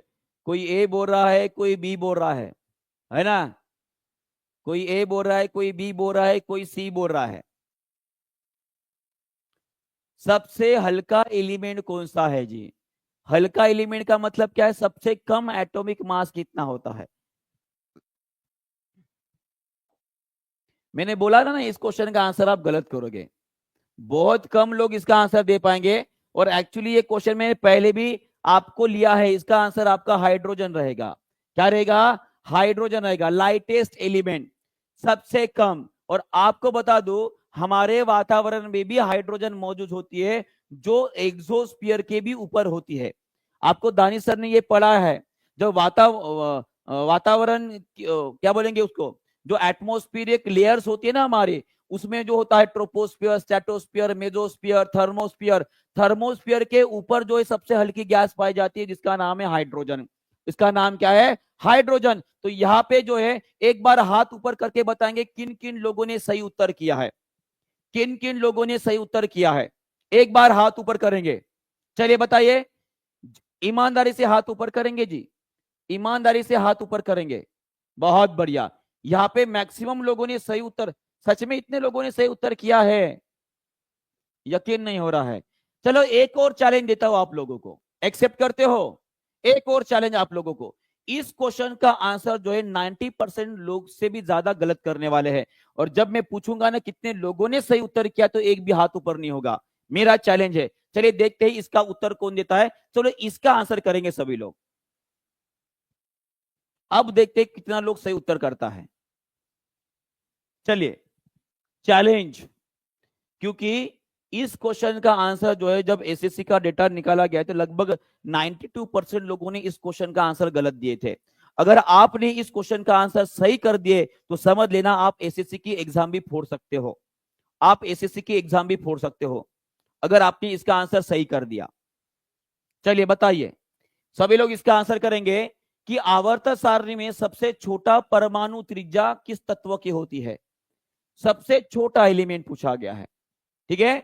देखते हैं कौन कौन इसका सही उत्तर करता है। और यहां पे मैं बता दूं एज एक्सपेक्टेड, ठीक है, मुझे पता था कि आप गलत करोगे, ठीक है, क्योंकि इस क्वेश्चन का आंसर लगभग 92% लोगों ने गलत किया था जो एसएससी की प्रिपरेशन कर रहे हैं, ठीक है। पर यहाँ पे मुझे लग रहा था कि टीचिंग परीक्षा के कोई कोई ना विद्यार्थी कम से कम 10 या 15% ऐसे होंगे जो सही उत्तर करेंगे। और यहाँ पे कुछ लोगों ने उत्तर भी सही दिया है जिन्होंने एनसीईआरटी अच्छे पढ़े हैं, और जो पेड क्लास में बच्चे हैं उनमें से कुछ लोगों ने जो है उसका सही उत्तर किया है। इसका आंसर जो रहेगा मैं बताने के बाद आप हक्का बक्का रह जाओगे, इसका आंसर आपका हीलियम रहेगा। अब पूछो कैसे, अब बताओ कितने लोगों का उत्तर गलत हुआ। अब गुलाबी हाथ दिखाओ। ये देखिए कुछ लोगों ने सही उत्तर किया है, कुछ लोगों ने सही उत्तर किया है। हाँ, अब बहुत सारे 90% से भी ऊपर के बच्चे जो उनका आंसर गलत हुआ है। अब मैं आपको बताता हूं कि हेलियम की त्रिज्या छोटी क्यों होती है, उसका साइज छोटा क्यों होता है। सभी लोग यहाँ पे ध्यान देंगे, गलत हुआ तो कोई दिक्कत नहीं है, पर आपको कंसेप्ट समझा रहा हूं, कंसेप्ट अच्छे से समझेंगे, ठीक है। चलिए देखिए, आप सभी को पता है कि हाइड्रोजन के सेंटर में, सभी लोग एक साथ कमेंट बॉक्स में लिखेंगे कितने प्रोटॉन होते हैं। एक प्रोटॉन होता है, बराबर है। कितने प्रोटॉन होते हैं? एक प्रोटॉन होता है। इसके आजू बाजू घूमने वाले कितने इलेक्ट्रॉन होते हैं जी? एक ही इलेक्ट्रॉन होता है, बराबर है। अब आप सभी लोग मुझे यह बताओगे कि अगर मैं हेलियम के परमाणु की बात कर रहा हूं तो उसके सेंटर में कितने प्रोटॉन्स होते हैं? कितने होते हैं जी? वो होते हैं दो। कितने होते हैं? दो प्रोटॉन्स होते हैं। कितने प्रोटॉन्स होते हैं? दो प्रोटॉन्स होते हैं। पर वही अगर मैं आपको पूछूं कि हेलियम के आजू बाजू कितने इलेक्ट्रॉन्स है? कितने इलेक्ट्रॉन्स है? दो इलेक्ट्रॉन्स है। क्या है? दो इलेक्ट्रॉन्स है। तो एक सिंपल सा कंसेप्ट में आपको पूछना चाहूंगा, उसके बारे में आप बताओगे, उसके बाद आपको ये कंसेप्ट पूरा क्लियर हो जाएगा। एक बात मुझे बताइए, अगर मेरे पास एक प्लस चार्ज है और एक माइनस चार्ज है, एक मेरे पास दो प्लस चार्ज है और दो माइनस चार्ज है, मैं अगर आपको पूछूं, आप सभी को पता है कि माइनस चार्ज और प्लस चार्ज एक दूसरे को अपनी तरफ खींचते हैं, बराबर है। और अगर मैं आपको पूछूं ये ए नंबर की केस है और ये बी नंबर की केस है, ए माने हो गया आपका हाइड्रोजन और बी माने आपका हो गया हीलियम। एक बात मुझे बताइए, यहाँ पे एक प्रोटॉन एक इलेक्ट्रॉन, यहाँ पे दो प्रोटॉन दो इलेक्ट्रॉन, तो कौन से एटम में, कौन से परमाणु में इलेक्ट्रॉन और प्रोटॉन का जो खिंचाव है वो ज्यादा रहेगा? सभी लोग आंसर करेंगे। ये अगर आपको समझ में आ गया तो ऑब्वियसली आपको समझ में आ जाएगा। चलिए बताएं, सभी लोग आंसर करेंगे। आप सभी लोग मुझे बताएंगे कि हाइड्रोजन में जो इलेक्ट्रॉन और प्रोटॉन एक सिंगल सिंगल है, उसमें जो खिंचाव रहेगा, प्रोटॉन इसे खींचेगा अपनी तरफ और इसमें भी दो प्रोटॉन इलेक्ट्रॉन को अपनी तरफ खींचेंगे, बराबर है। किसमें खिंचाव जो है वो ज्यादा रहेगा? बहुत बढ़िया, ये समझ गए ना आपको? ये समझ गया, मतलब ये भी आपको समझ में आ गया, माने कि इसमें खिंचाव ज्यादा रहेगा। अब एक बात मुझे बताइए, इसमें भी एक ही ऑर्बिट है, इसमें भी एक ही ऑर्बिट है। अब आप ही दिमाग लगाओ, जितना ज्यादा खिंचाव रहेगा, खिंचाव ज्यादा है माने कि ये इलेक्ट्रॉन पास चले जाएंगे। अब आपको समझना है कि क्यों हेलियम का रेडियस माने की त्रिज्या हाइड्रोजन की त्रिज्या से छोटी होती है। अब क्या सबको समझ में आ गया है? सभी को क्या समझ में आया कि असली कारण क्या है, असली रीजन क्या है कि क्यों हेलियम का त्रिज्या कम रहेगा हाइड्रोजन के परमाणु के त्रिज्या से? समझ में आ गया सबको? क्योंकि उसमें दो प्रोटॉन और दो इलेक्ट्रॉन के बीच का जो इलेक्ट्रोस्टैटिक फोर्स है वो डबल है किसके कंपैरिजन में? जो हाइड्रोजन में एक प्रोटॉन और एक इलेक्ट्रॉन है।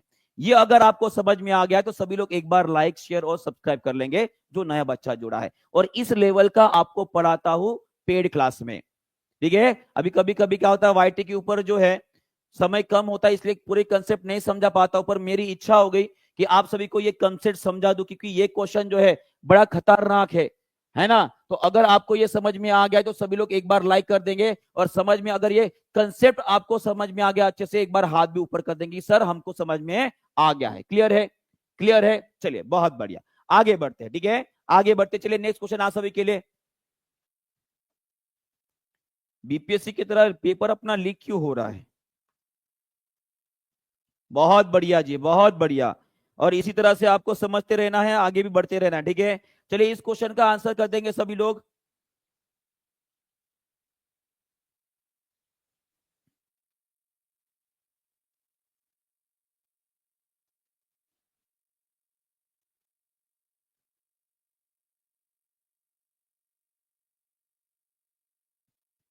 बहुत बढ़िया, चलिए इसका आंसर क्या रहेगा जी, एकदम सिंपल सा है। What is the function of red blood cells, RBC का क्या महत्व रहेगा, क्या करता है वो, सबसे महत्वपूर्ण कार्य कौन सा है उसका, ट्रांसपोर्टिंग द ऑक्सीजन। क्या करता है, ट्रांसपोर्टिंग द ऑक्सीजन। ये आपका सबसे सही उत्तर रहने वाला है, सभी को पता है। अगर मैं आपको कुछ क्वेश्चन पूछता हूं, एकमात्र वेन, वेन मात्र नस, एकमात्र नस जो शुद्ध रक्त को कैरी करते हैं, सभी लोग आंसर करेंगे, शुद्ध रक्त को कैरी करते हैं। ये कल मैंने टॉपिक आपको पढ़ाया था, शुद्ध रक्त को लेके जाने वाली हमारे शरीर की एकमात्र नस। और उसी तरह से हमारी एकमात्र ऐसी धमनी जो अशुद्ध रक्त को कैरी करती है। चलिए सभी लोग इसका भी आंसर करेंगे, अशुद्ध रक्त को लेके जाते हैं, मान की डीऑक्सीजनेटेड ब्लड लेके जाते हैं, उसका नाम सभी लोग कमेंट बॉक्स में लिखेंगे। चलिए बहुत बढ़िया, फुफ्फुसीय धमनी और फुफ्फुसीय वन, एकमात्र नस जो शुद्ध रक्त लेके जाती है, जिसे हम पल्मोनरी वेन बोलते हैं, बराबर है। और उसी तरह से ऐसे धमनी जो अशुद्ध रक्त को लेके जाते हैं, उसे हम क्या बोलते हैं जी, पल्मोनरी आर्टरी बोलते हैं। क्या बोलते हैं, पल्मोनरी आर्टरी बोलते हैं, या फुफ्फुसीय धमनी बोलेंगे, और फुफ्फुसीय नस बोला जाता है, बराबर है। चलिए बहुत बढ़िया, इसके बारे में थोड़ा सा जानते हैं। फाइटिंग द इंफेक्शन, इसके लिए कौन कारणीभूत होता है, चलिए बताएंगे सभी लोग।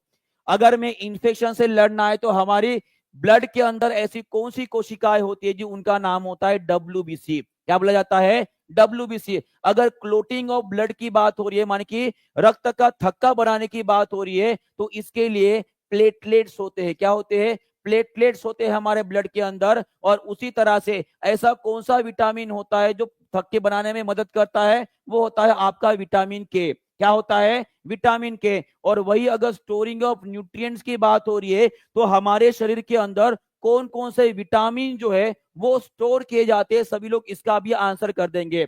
हमारे शरीर के अंदर तीन चीजों की जगह पे, तीन जगह पे, देखिए याद रखेंगे सभी लोग, ठीक है।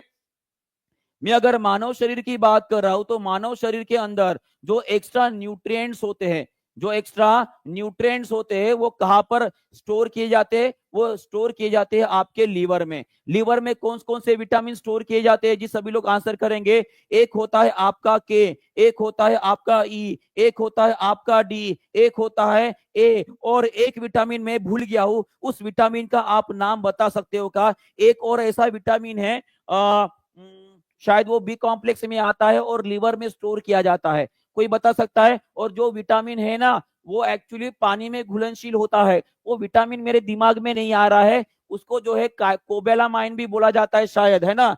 तो उसका नाम क्या है जी, बहुत बढ़िया, उसका नाम रहेगा आपका बी 12 विटामिन। कौन सा विटामिन, बी 12 विटामिन जो है कीड़े के साथ साथ बी 12 जो है भाई साहब आपके लीवर में स्टोर किया जाता है, ये भी आपको ध्यान में रखना है। और ये बी 12 विटामिन जो होता है आपके शरीर में आरबीसी बनाने में मदद करता है। क्या करता है, आरबीसी बनाने में मदद करता है, क्लियर है यहाँ पे। चलिए आगे बढ़ते हैं। और जो पानी में घुलनशील नहीं होते, ये सभी के सभी विटामिन कैसे है जी, ये वसा में घुलनशील है। कैसे है, वसा में घुलनशील है। चलिए अभी देखते हैं, ये जो क्वेश्चन हमने पढ़ा है वो कहां से पढ़ा है, हमारे एनसीईआरटी का 7वां चैप्टर है, सॉरी पहला चैप्टर है अपना 7 कक्षा का, जिसका नाम है transportation in animal and plants. कौन कौन ये चाहता है कि इस चैप्टर से जो इंपॉर्टेंट क्वेश्चन है मैं सभी के सभी आपको करवा दूं। चलिए देखते हैं कितने लोगों को इंटरेस्ट आ रहा है इस चैप्टर से जो इंपॉर्टेंट क्वेश्चन है वो करवाने का, क्योंकि ये चैप्टर हमारे लिए इंपॉर्टेंट है, ये चैप्टर हमारे लिए इंपॉर्टेंट है। इसमें बहुत सारी चीजें ऐसी दी है वो शायद आपको नहीं पता है। तो सभी लोग इस क्वेश्चन के आंसर देने के लिए तैयार हो जाएंगे, बहुत बढ़िया है ना, बहुत बढ़िया। तो चलिए बताइए इस क्वेश्चन का आंसर क्या रहेगा। ओके, ब्लड सेल के बारे में बताया था ना। हाँ, ब्लड सेल के बारे में यहाँ पे इंफॉर्मेशन दी गई है कि हमारे आरबीसी के अंदर कौन सा एक तत्व होता है, हीमोग्लोबिन नाम का तत्व होता है। कौन सा होता है? हीमोग्लोबिन नाम का तत्व होता है। और हमारे ब्लड के अंदर हिम का मतलब होता है लोहा, हिम का मतलब होता है लोहा, और ग्लोबिन क्या है? ये एक प्रकार का प्रोटीन होता है। क्या होता है? प्रोटीन होता है। ये आपको ध्यान में रखना है। और ये शरीर में इस तरह से ब्लड बह रहा है। एक और क्वेश्चन मैं आपको पूछना चाहूंगा कि हमारे आरबीसी और ब्लड के दौरान ये जो आपको अल्वेओली नजर आ रहा है, ये अल्वेओली कहां पर होती है? इसे हम कुक्षिका बोलते हैं। क्या बोलते हैं जी? कुक्षिका बोलते हैं। ये कुक्षिका कहां पर पाई जाती है? ये पाई जाती है हमारे फेफड़ों में पाई जाती है। और ये हमारे फेफड़ों का स्ट्रक्चरल और फंक्शनल यूनिट होता है। कुक्षिका माने की अल्वेओली। अल्वेओली को क्या बोला जाता है? It is a structural and functional unit of the lung. माने कि हमारे फेफड़ों की संरचनात्मक और कार्यात्मक इकाई होती है। वो क्या करती है? वो ऑक्सीजन और कार्बन डाइऑक्साइड का आदान प्रदान करती है। तो सभी लोग मुझे बताएंगे, यहाँ पे आ रहा है आपका ब्लड और ये है आपकी कुक्षिका। कुक्षिका से जो आपका ऑक्सीजन है वो ब्लड में चला जाएगा। और क्या होगा? इस ब्लड से जो कार्बन डाइऑक्साइड है वो कुक्षिका में चला जाएगा। कुक्षिका फिर नाक को भेज देंगे, नाक से बाहर, और ये ऑक्सीजन अंदर आ रहा है। यहाँ पे जो प्रोसेस हो रही है वो कौन सी प्रोसेस के द्वारा कार्बन डाइऑक्साइड और ऑक्सीजन का आदान प्रदान किया जा रहा है? चलिए सभी लोग इसका भी आंसर कर देंगे। इसका आंसर क्या रहेगा?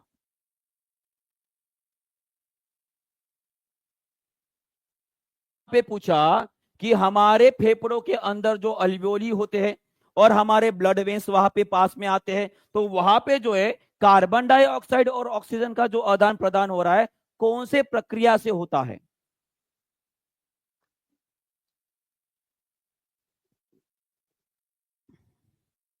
बहुत बढ़िया, बहुत बढ़िया।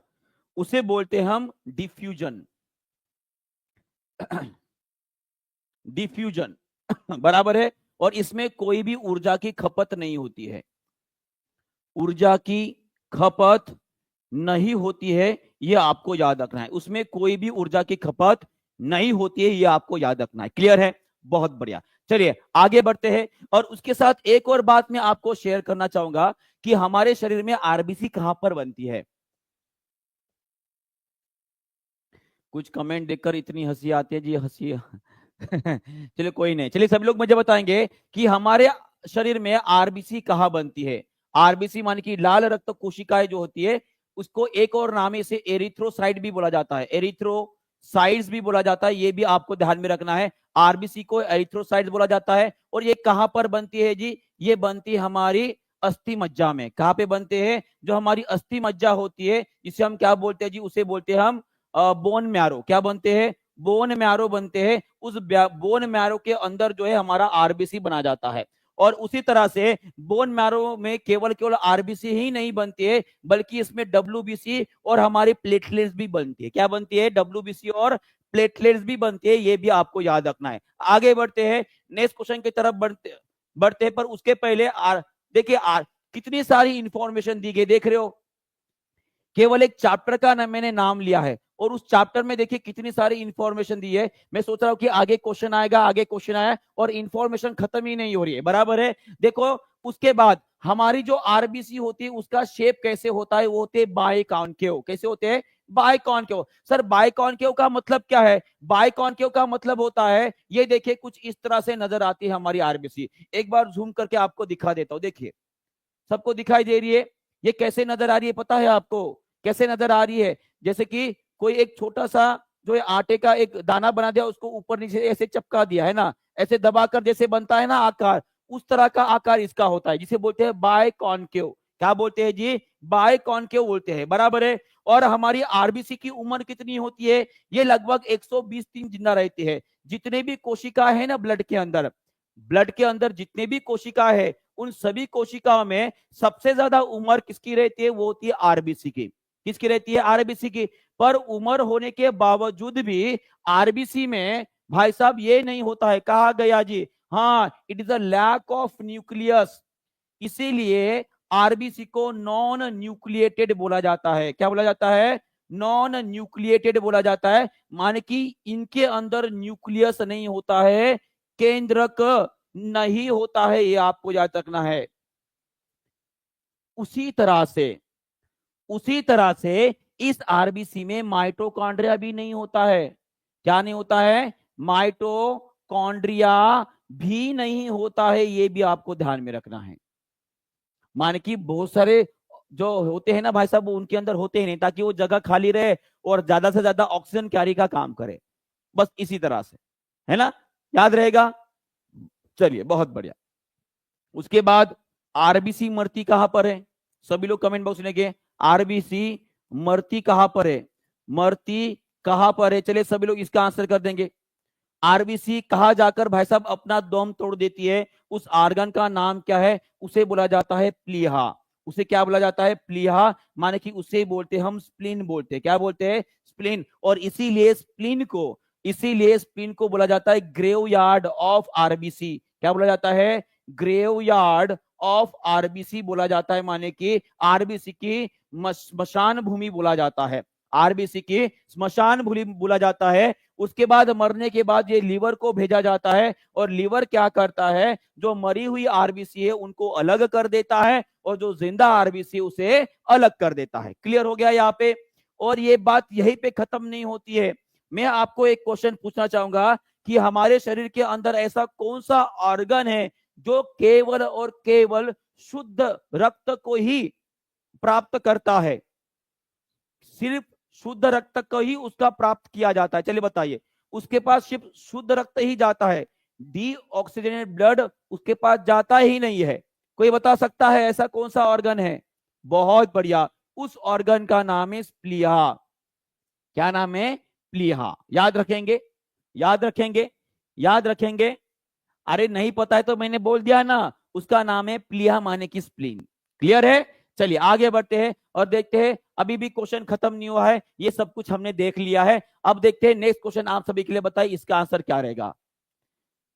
चलिए सभी लोग इसका भी आंसर कर देंगे, इसका आंसर क्या रहेगा। यहाँ पे पूछा गया है कि मानव शरीर में रक्त संचार की खोज किसने की? माने कि हमारे मानव शरीर के अंदर जो डिस्कवरी ऑफ सर्कुलेशन है, माने कि हमारे शरीर के अंदर रक्त बहता है, ये बताने वाले सबसे पहले वैज्ञानिक कौन थे? ये थे आपके दादाजी के मामा जी के मामा जी। ठीक है, दादाजी के मामा जी और उसके ये बड़े बड़े बेटे हैं। ठीक है, चलिए बताइए इसका आंसर क्या रहेगा। इसका आंसर है आपके विलियम हार्वे जी। क्या है? विलियम हार्वे जी वो इंसान थे जिन्होंने सबसे पहले बताया है कि मानव शरीर में ब्लड बहता है जी। क्या बहता है? ब्लड बहता है। चलिए बहुत बढ़िया। और उसी तरह से बाकी के भी वैज्ञानिकों के बारे में थोड़ा सा जान लेते हैं। क्या बोलते हो, जानना चाहिए कि नहीं जानना चाहिए? जानना चाहिए। तो सभी लोग मुझे बताएंगे लुईस पास्चर जी ने क्या किया था? लुईस पास्चर जी ने क्या किया था? सभी लोग आंसर करेंगे, एक एक करके चारों के चारों ऑप्शंस के बारे में देख लेते हैं। चलिए बताइए लुईस पास्चर जी ने क्या किया था? पाश्चराइजेशन प्रोसेस आपको पता है, बराबर है जी। बिल्कुल बिल्कुल सही बात बोले। इन्होंने रेबीज का टीका जो है वो खोज निकाला था। रेबीज का टीका जो है उसे खोज के निकाला था। उसी तरह से अलेक्जेंडर फ्लेमिंग ने क्या किया था? चलिए बताइए। बहुत बढ़िया जी, बिल्कुल चेचक के बारे में बताया था जी। बिल्कुल सही बात बोली आपने। बहुत सारे हैं इन्वेंशन, तो जो इंपॉर्टेंट है वही बता रहा हूं। इसके बारे में बताएंगे अलेक्जेंडर फ्लेमिंग जी ने क्या किया था। बहुत बढ़िया।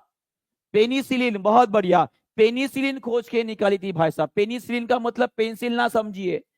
पेनिसिलिन का मतलब पेंसिल नहीं होता है जहां पर आप जो है वो नटराज शार्पनर में डालकर उसे गोल गोल घुमाते हो जी, वो पेंसिल नहीं है। पेनिसिलिन का मतलब होता है एक ऐसी मेडिसिन जो एंटीबायोटिक का काम करते हैं, मन की जीवाणु को मारने का काम करते हैं। एडवर्ड जेन्नर ने क्या किया था? एडवर्ड जेन्नर ने क्या किया था? कुछ भरोसा नहीं ना आप लोगों को, बता सकते हो सर पेंसिल कहां से आ गई आप बीच में? हाँ, पेंसिल की खोज की तो क्या बहुत बड़ी खोज की। चलिए बताइए एडवर्ड जेन्नर ने क्या किया था? चेचक चेचक चेचक स्मॉल पॉक्स, बहुत बढ़िया। स्मॉल पॉक्स इस बीमार के ऊपर उन्हें टीका खोज के निकाला था। बहुत बढ़िया, बहुत बढ़िया। चलिए एक और क्वेश्चन आपको पूछता हूं, देखते हैं सब कितने लोग आंसर करते हैं। रेबीज जो होता है वो किसके वजह से होता है? ये वायरस से होता है कि बैक्टीरिया से होता है? चलिए देखते हैं कितना लोग आंसर करते हैं। रेबीज ये बैक्टीरिया जन्य रोग है कि विषाणु से होता है? हाँ, लगाओ दिमाग, बहुत बढ़िया। रोब्डो वायरस, सुने हो? रोब्डो वायरस से होता है, ये वायरस वाले से होता है, माने कि विषाणु से होता है। उसके बाद ये जो पेनिस, जो स्मॉल पॉक्स बोले हो, चेचक, चेचक किसके वजह से होता है? ये भी आपका वायरस माने कि विषाणु जन्य रोग रहेगा। क्या रहेगा? विषाणु जन्य रोग रहेगा। बहुत बढ़िया, चलिए आगे बढ़ते हैं। Next question. अरे फिर से पेपर लीक, चलिए इसका आंसर कर देंगे।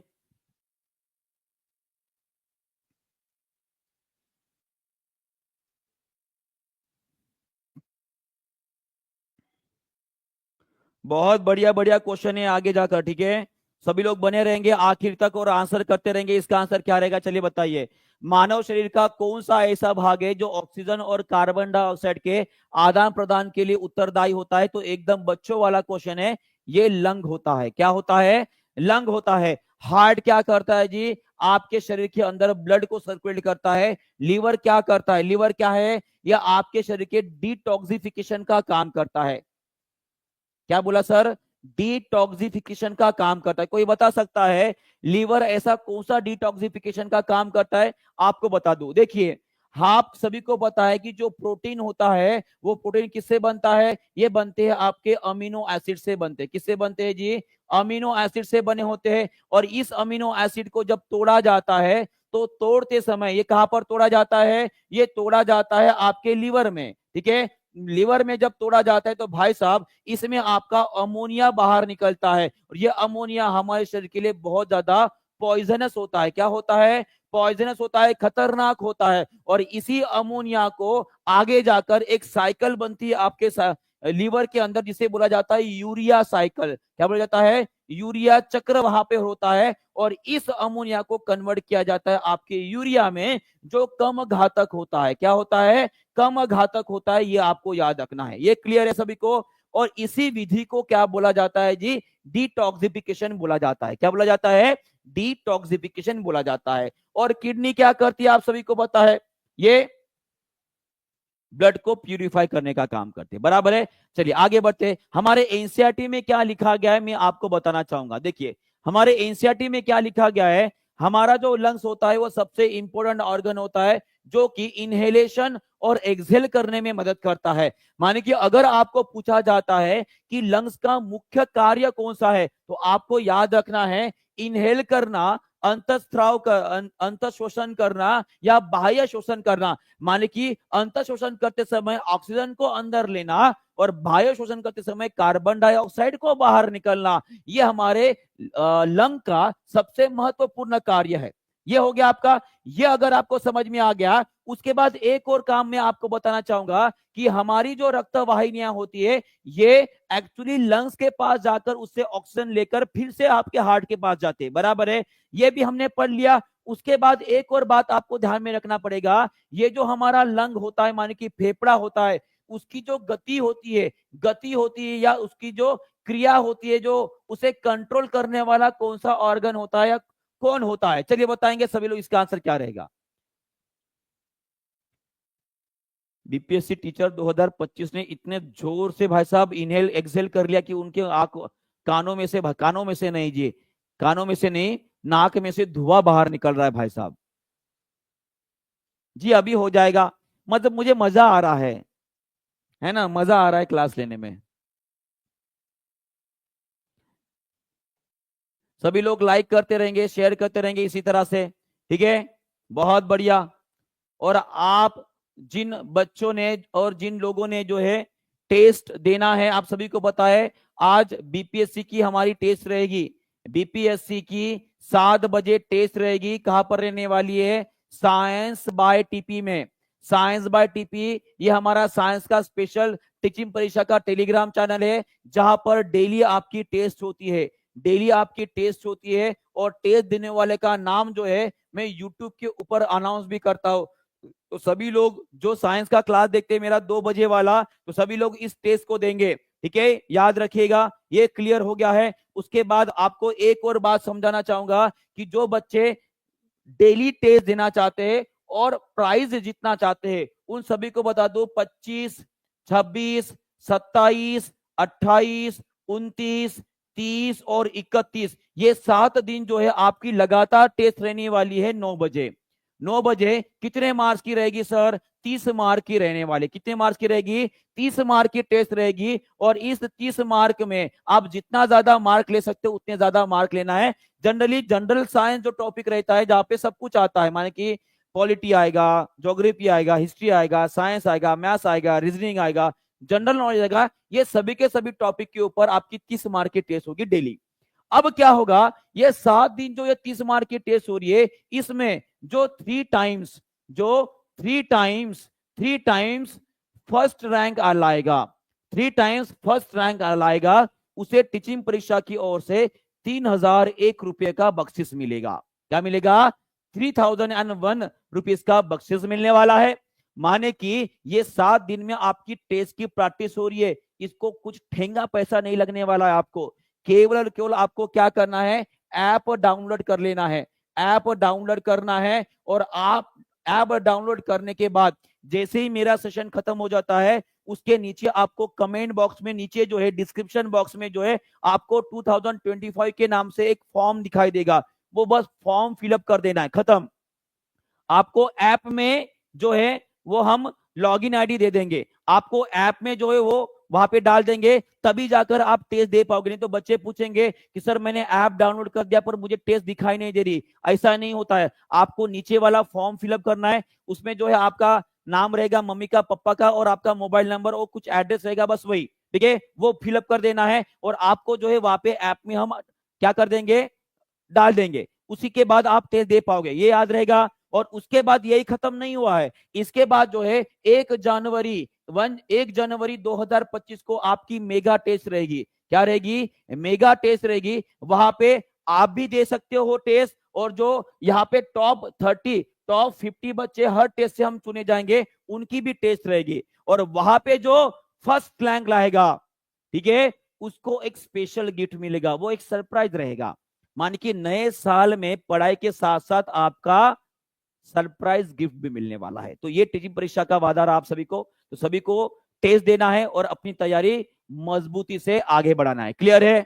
क्लियर है? तो बहुत बढ़िया। तो आपको ध्यान में रखना है कि ये टेस्ट देना है, और इस क्वेश्चन का आंसर सभी लोग जो है कमेंट बॉक्स में लिख देंगे। ठीक है, मिलते हैं कल इसी समय के ऊपर। और सभी को आज की टेस्ट रहेगी, 25 तारीख आज से शुरू हो जाएगी। तो 9 बजे जो है आपकी टेस्ट रहेगी ऐप के ऊपर, और 7 बजे जो है आपकी साइंस की टेस्ट रहेगी टेलीग्राम चैनल के ऊपर, जिसका नाम है साइंस बाय टीपी।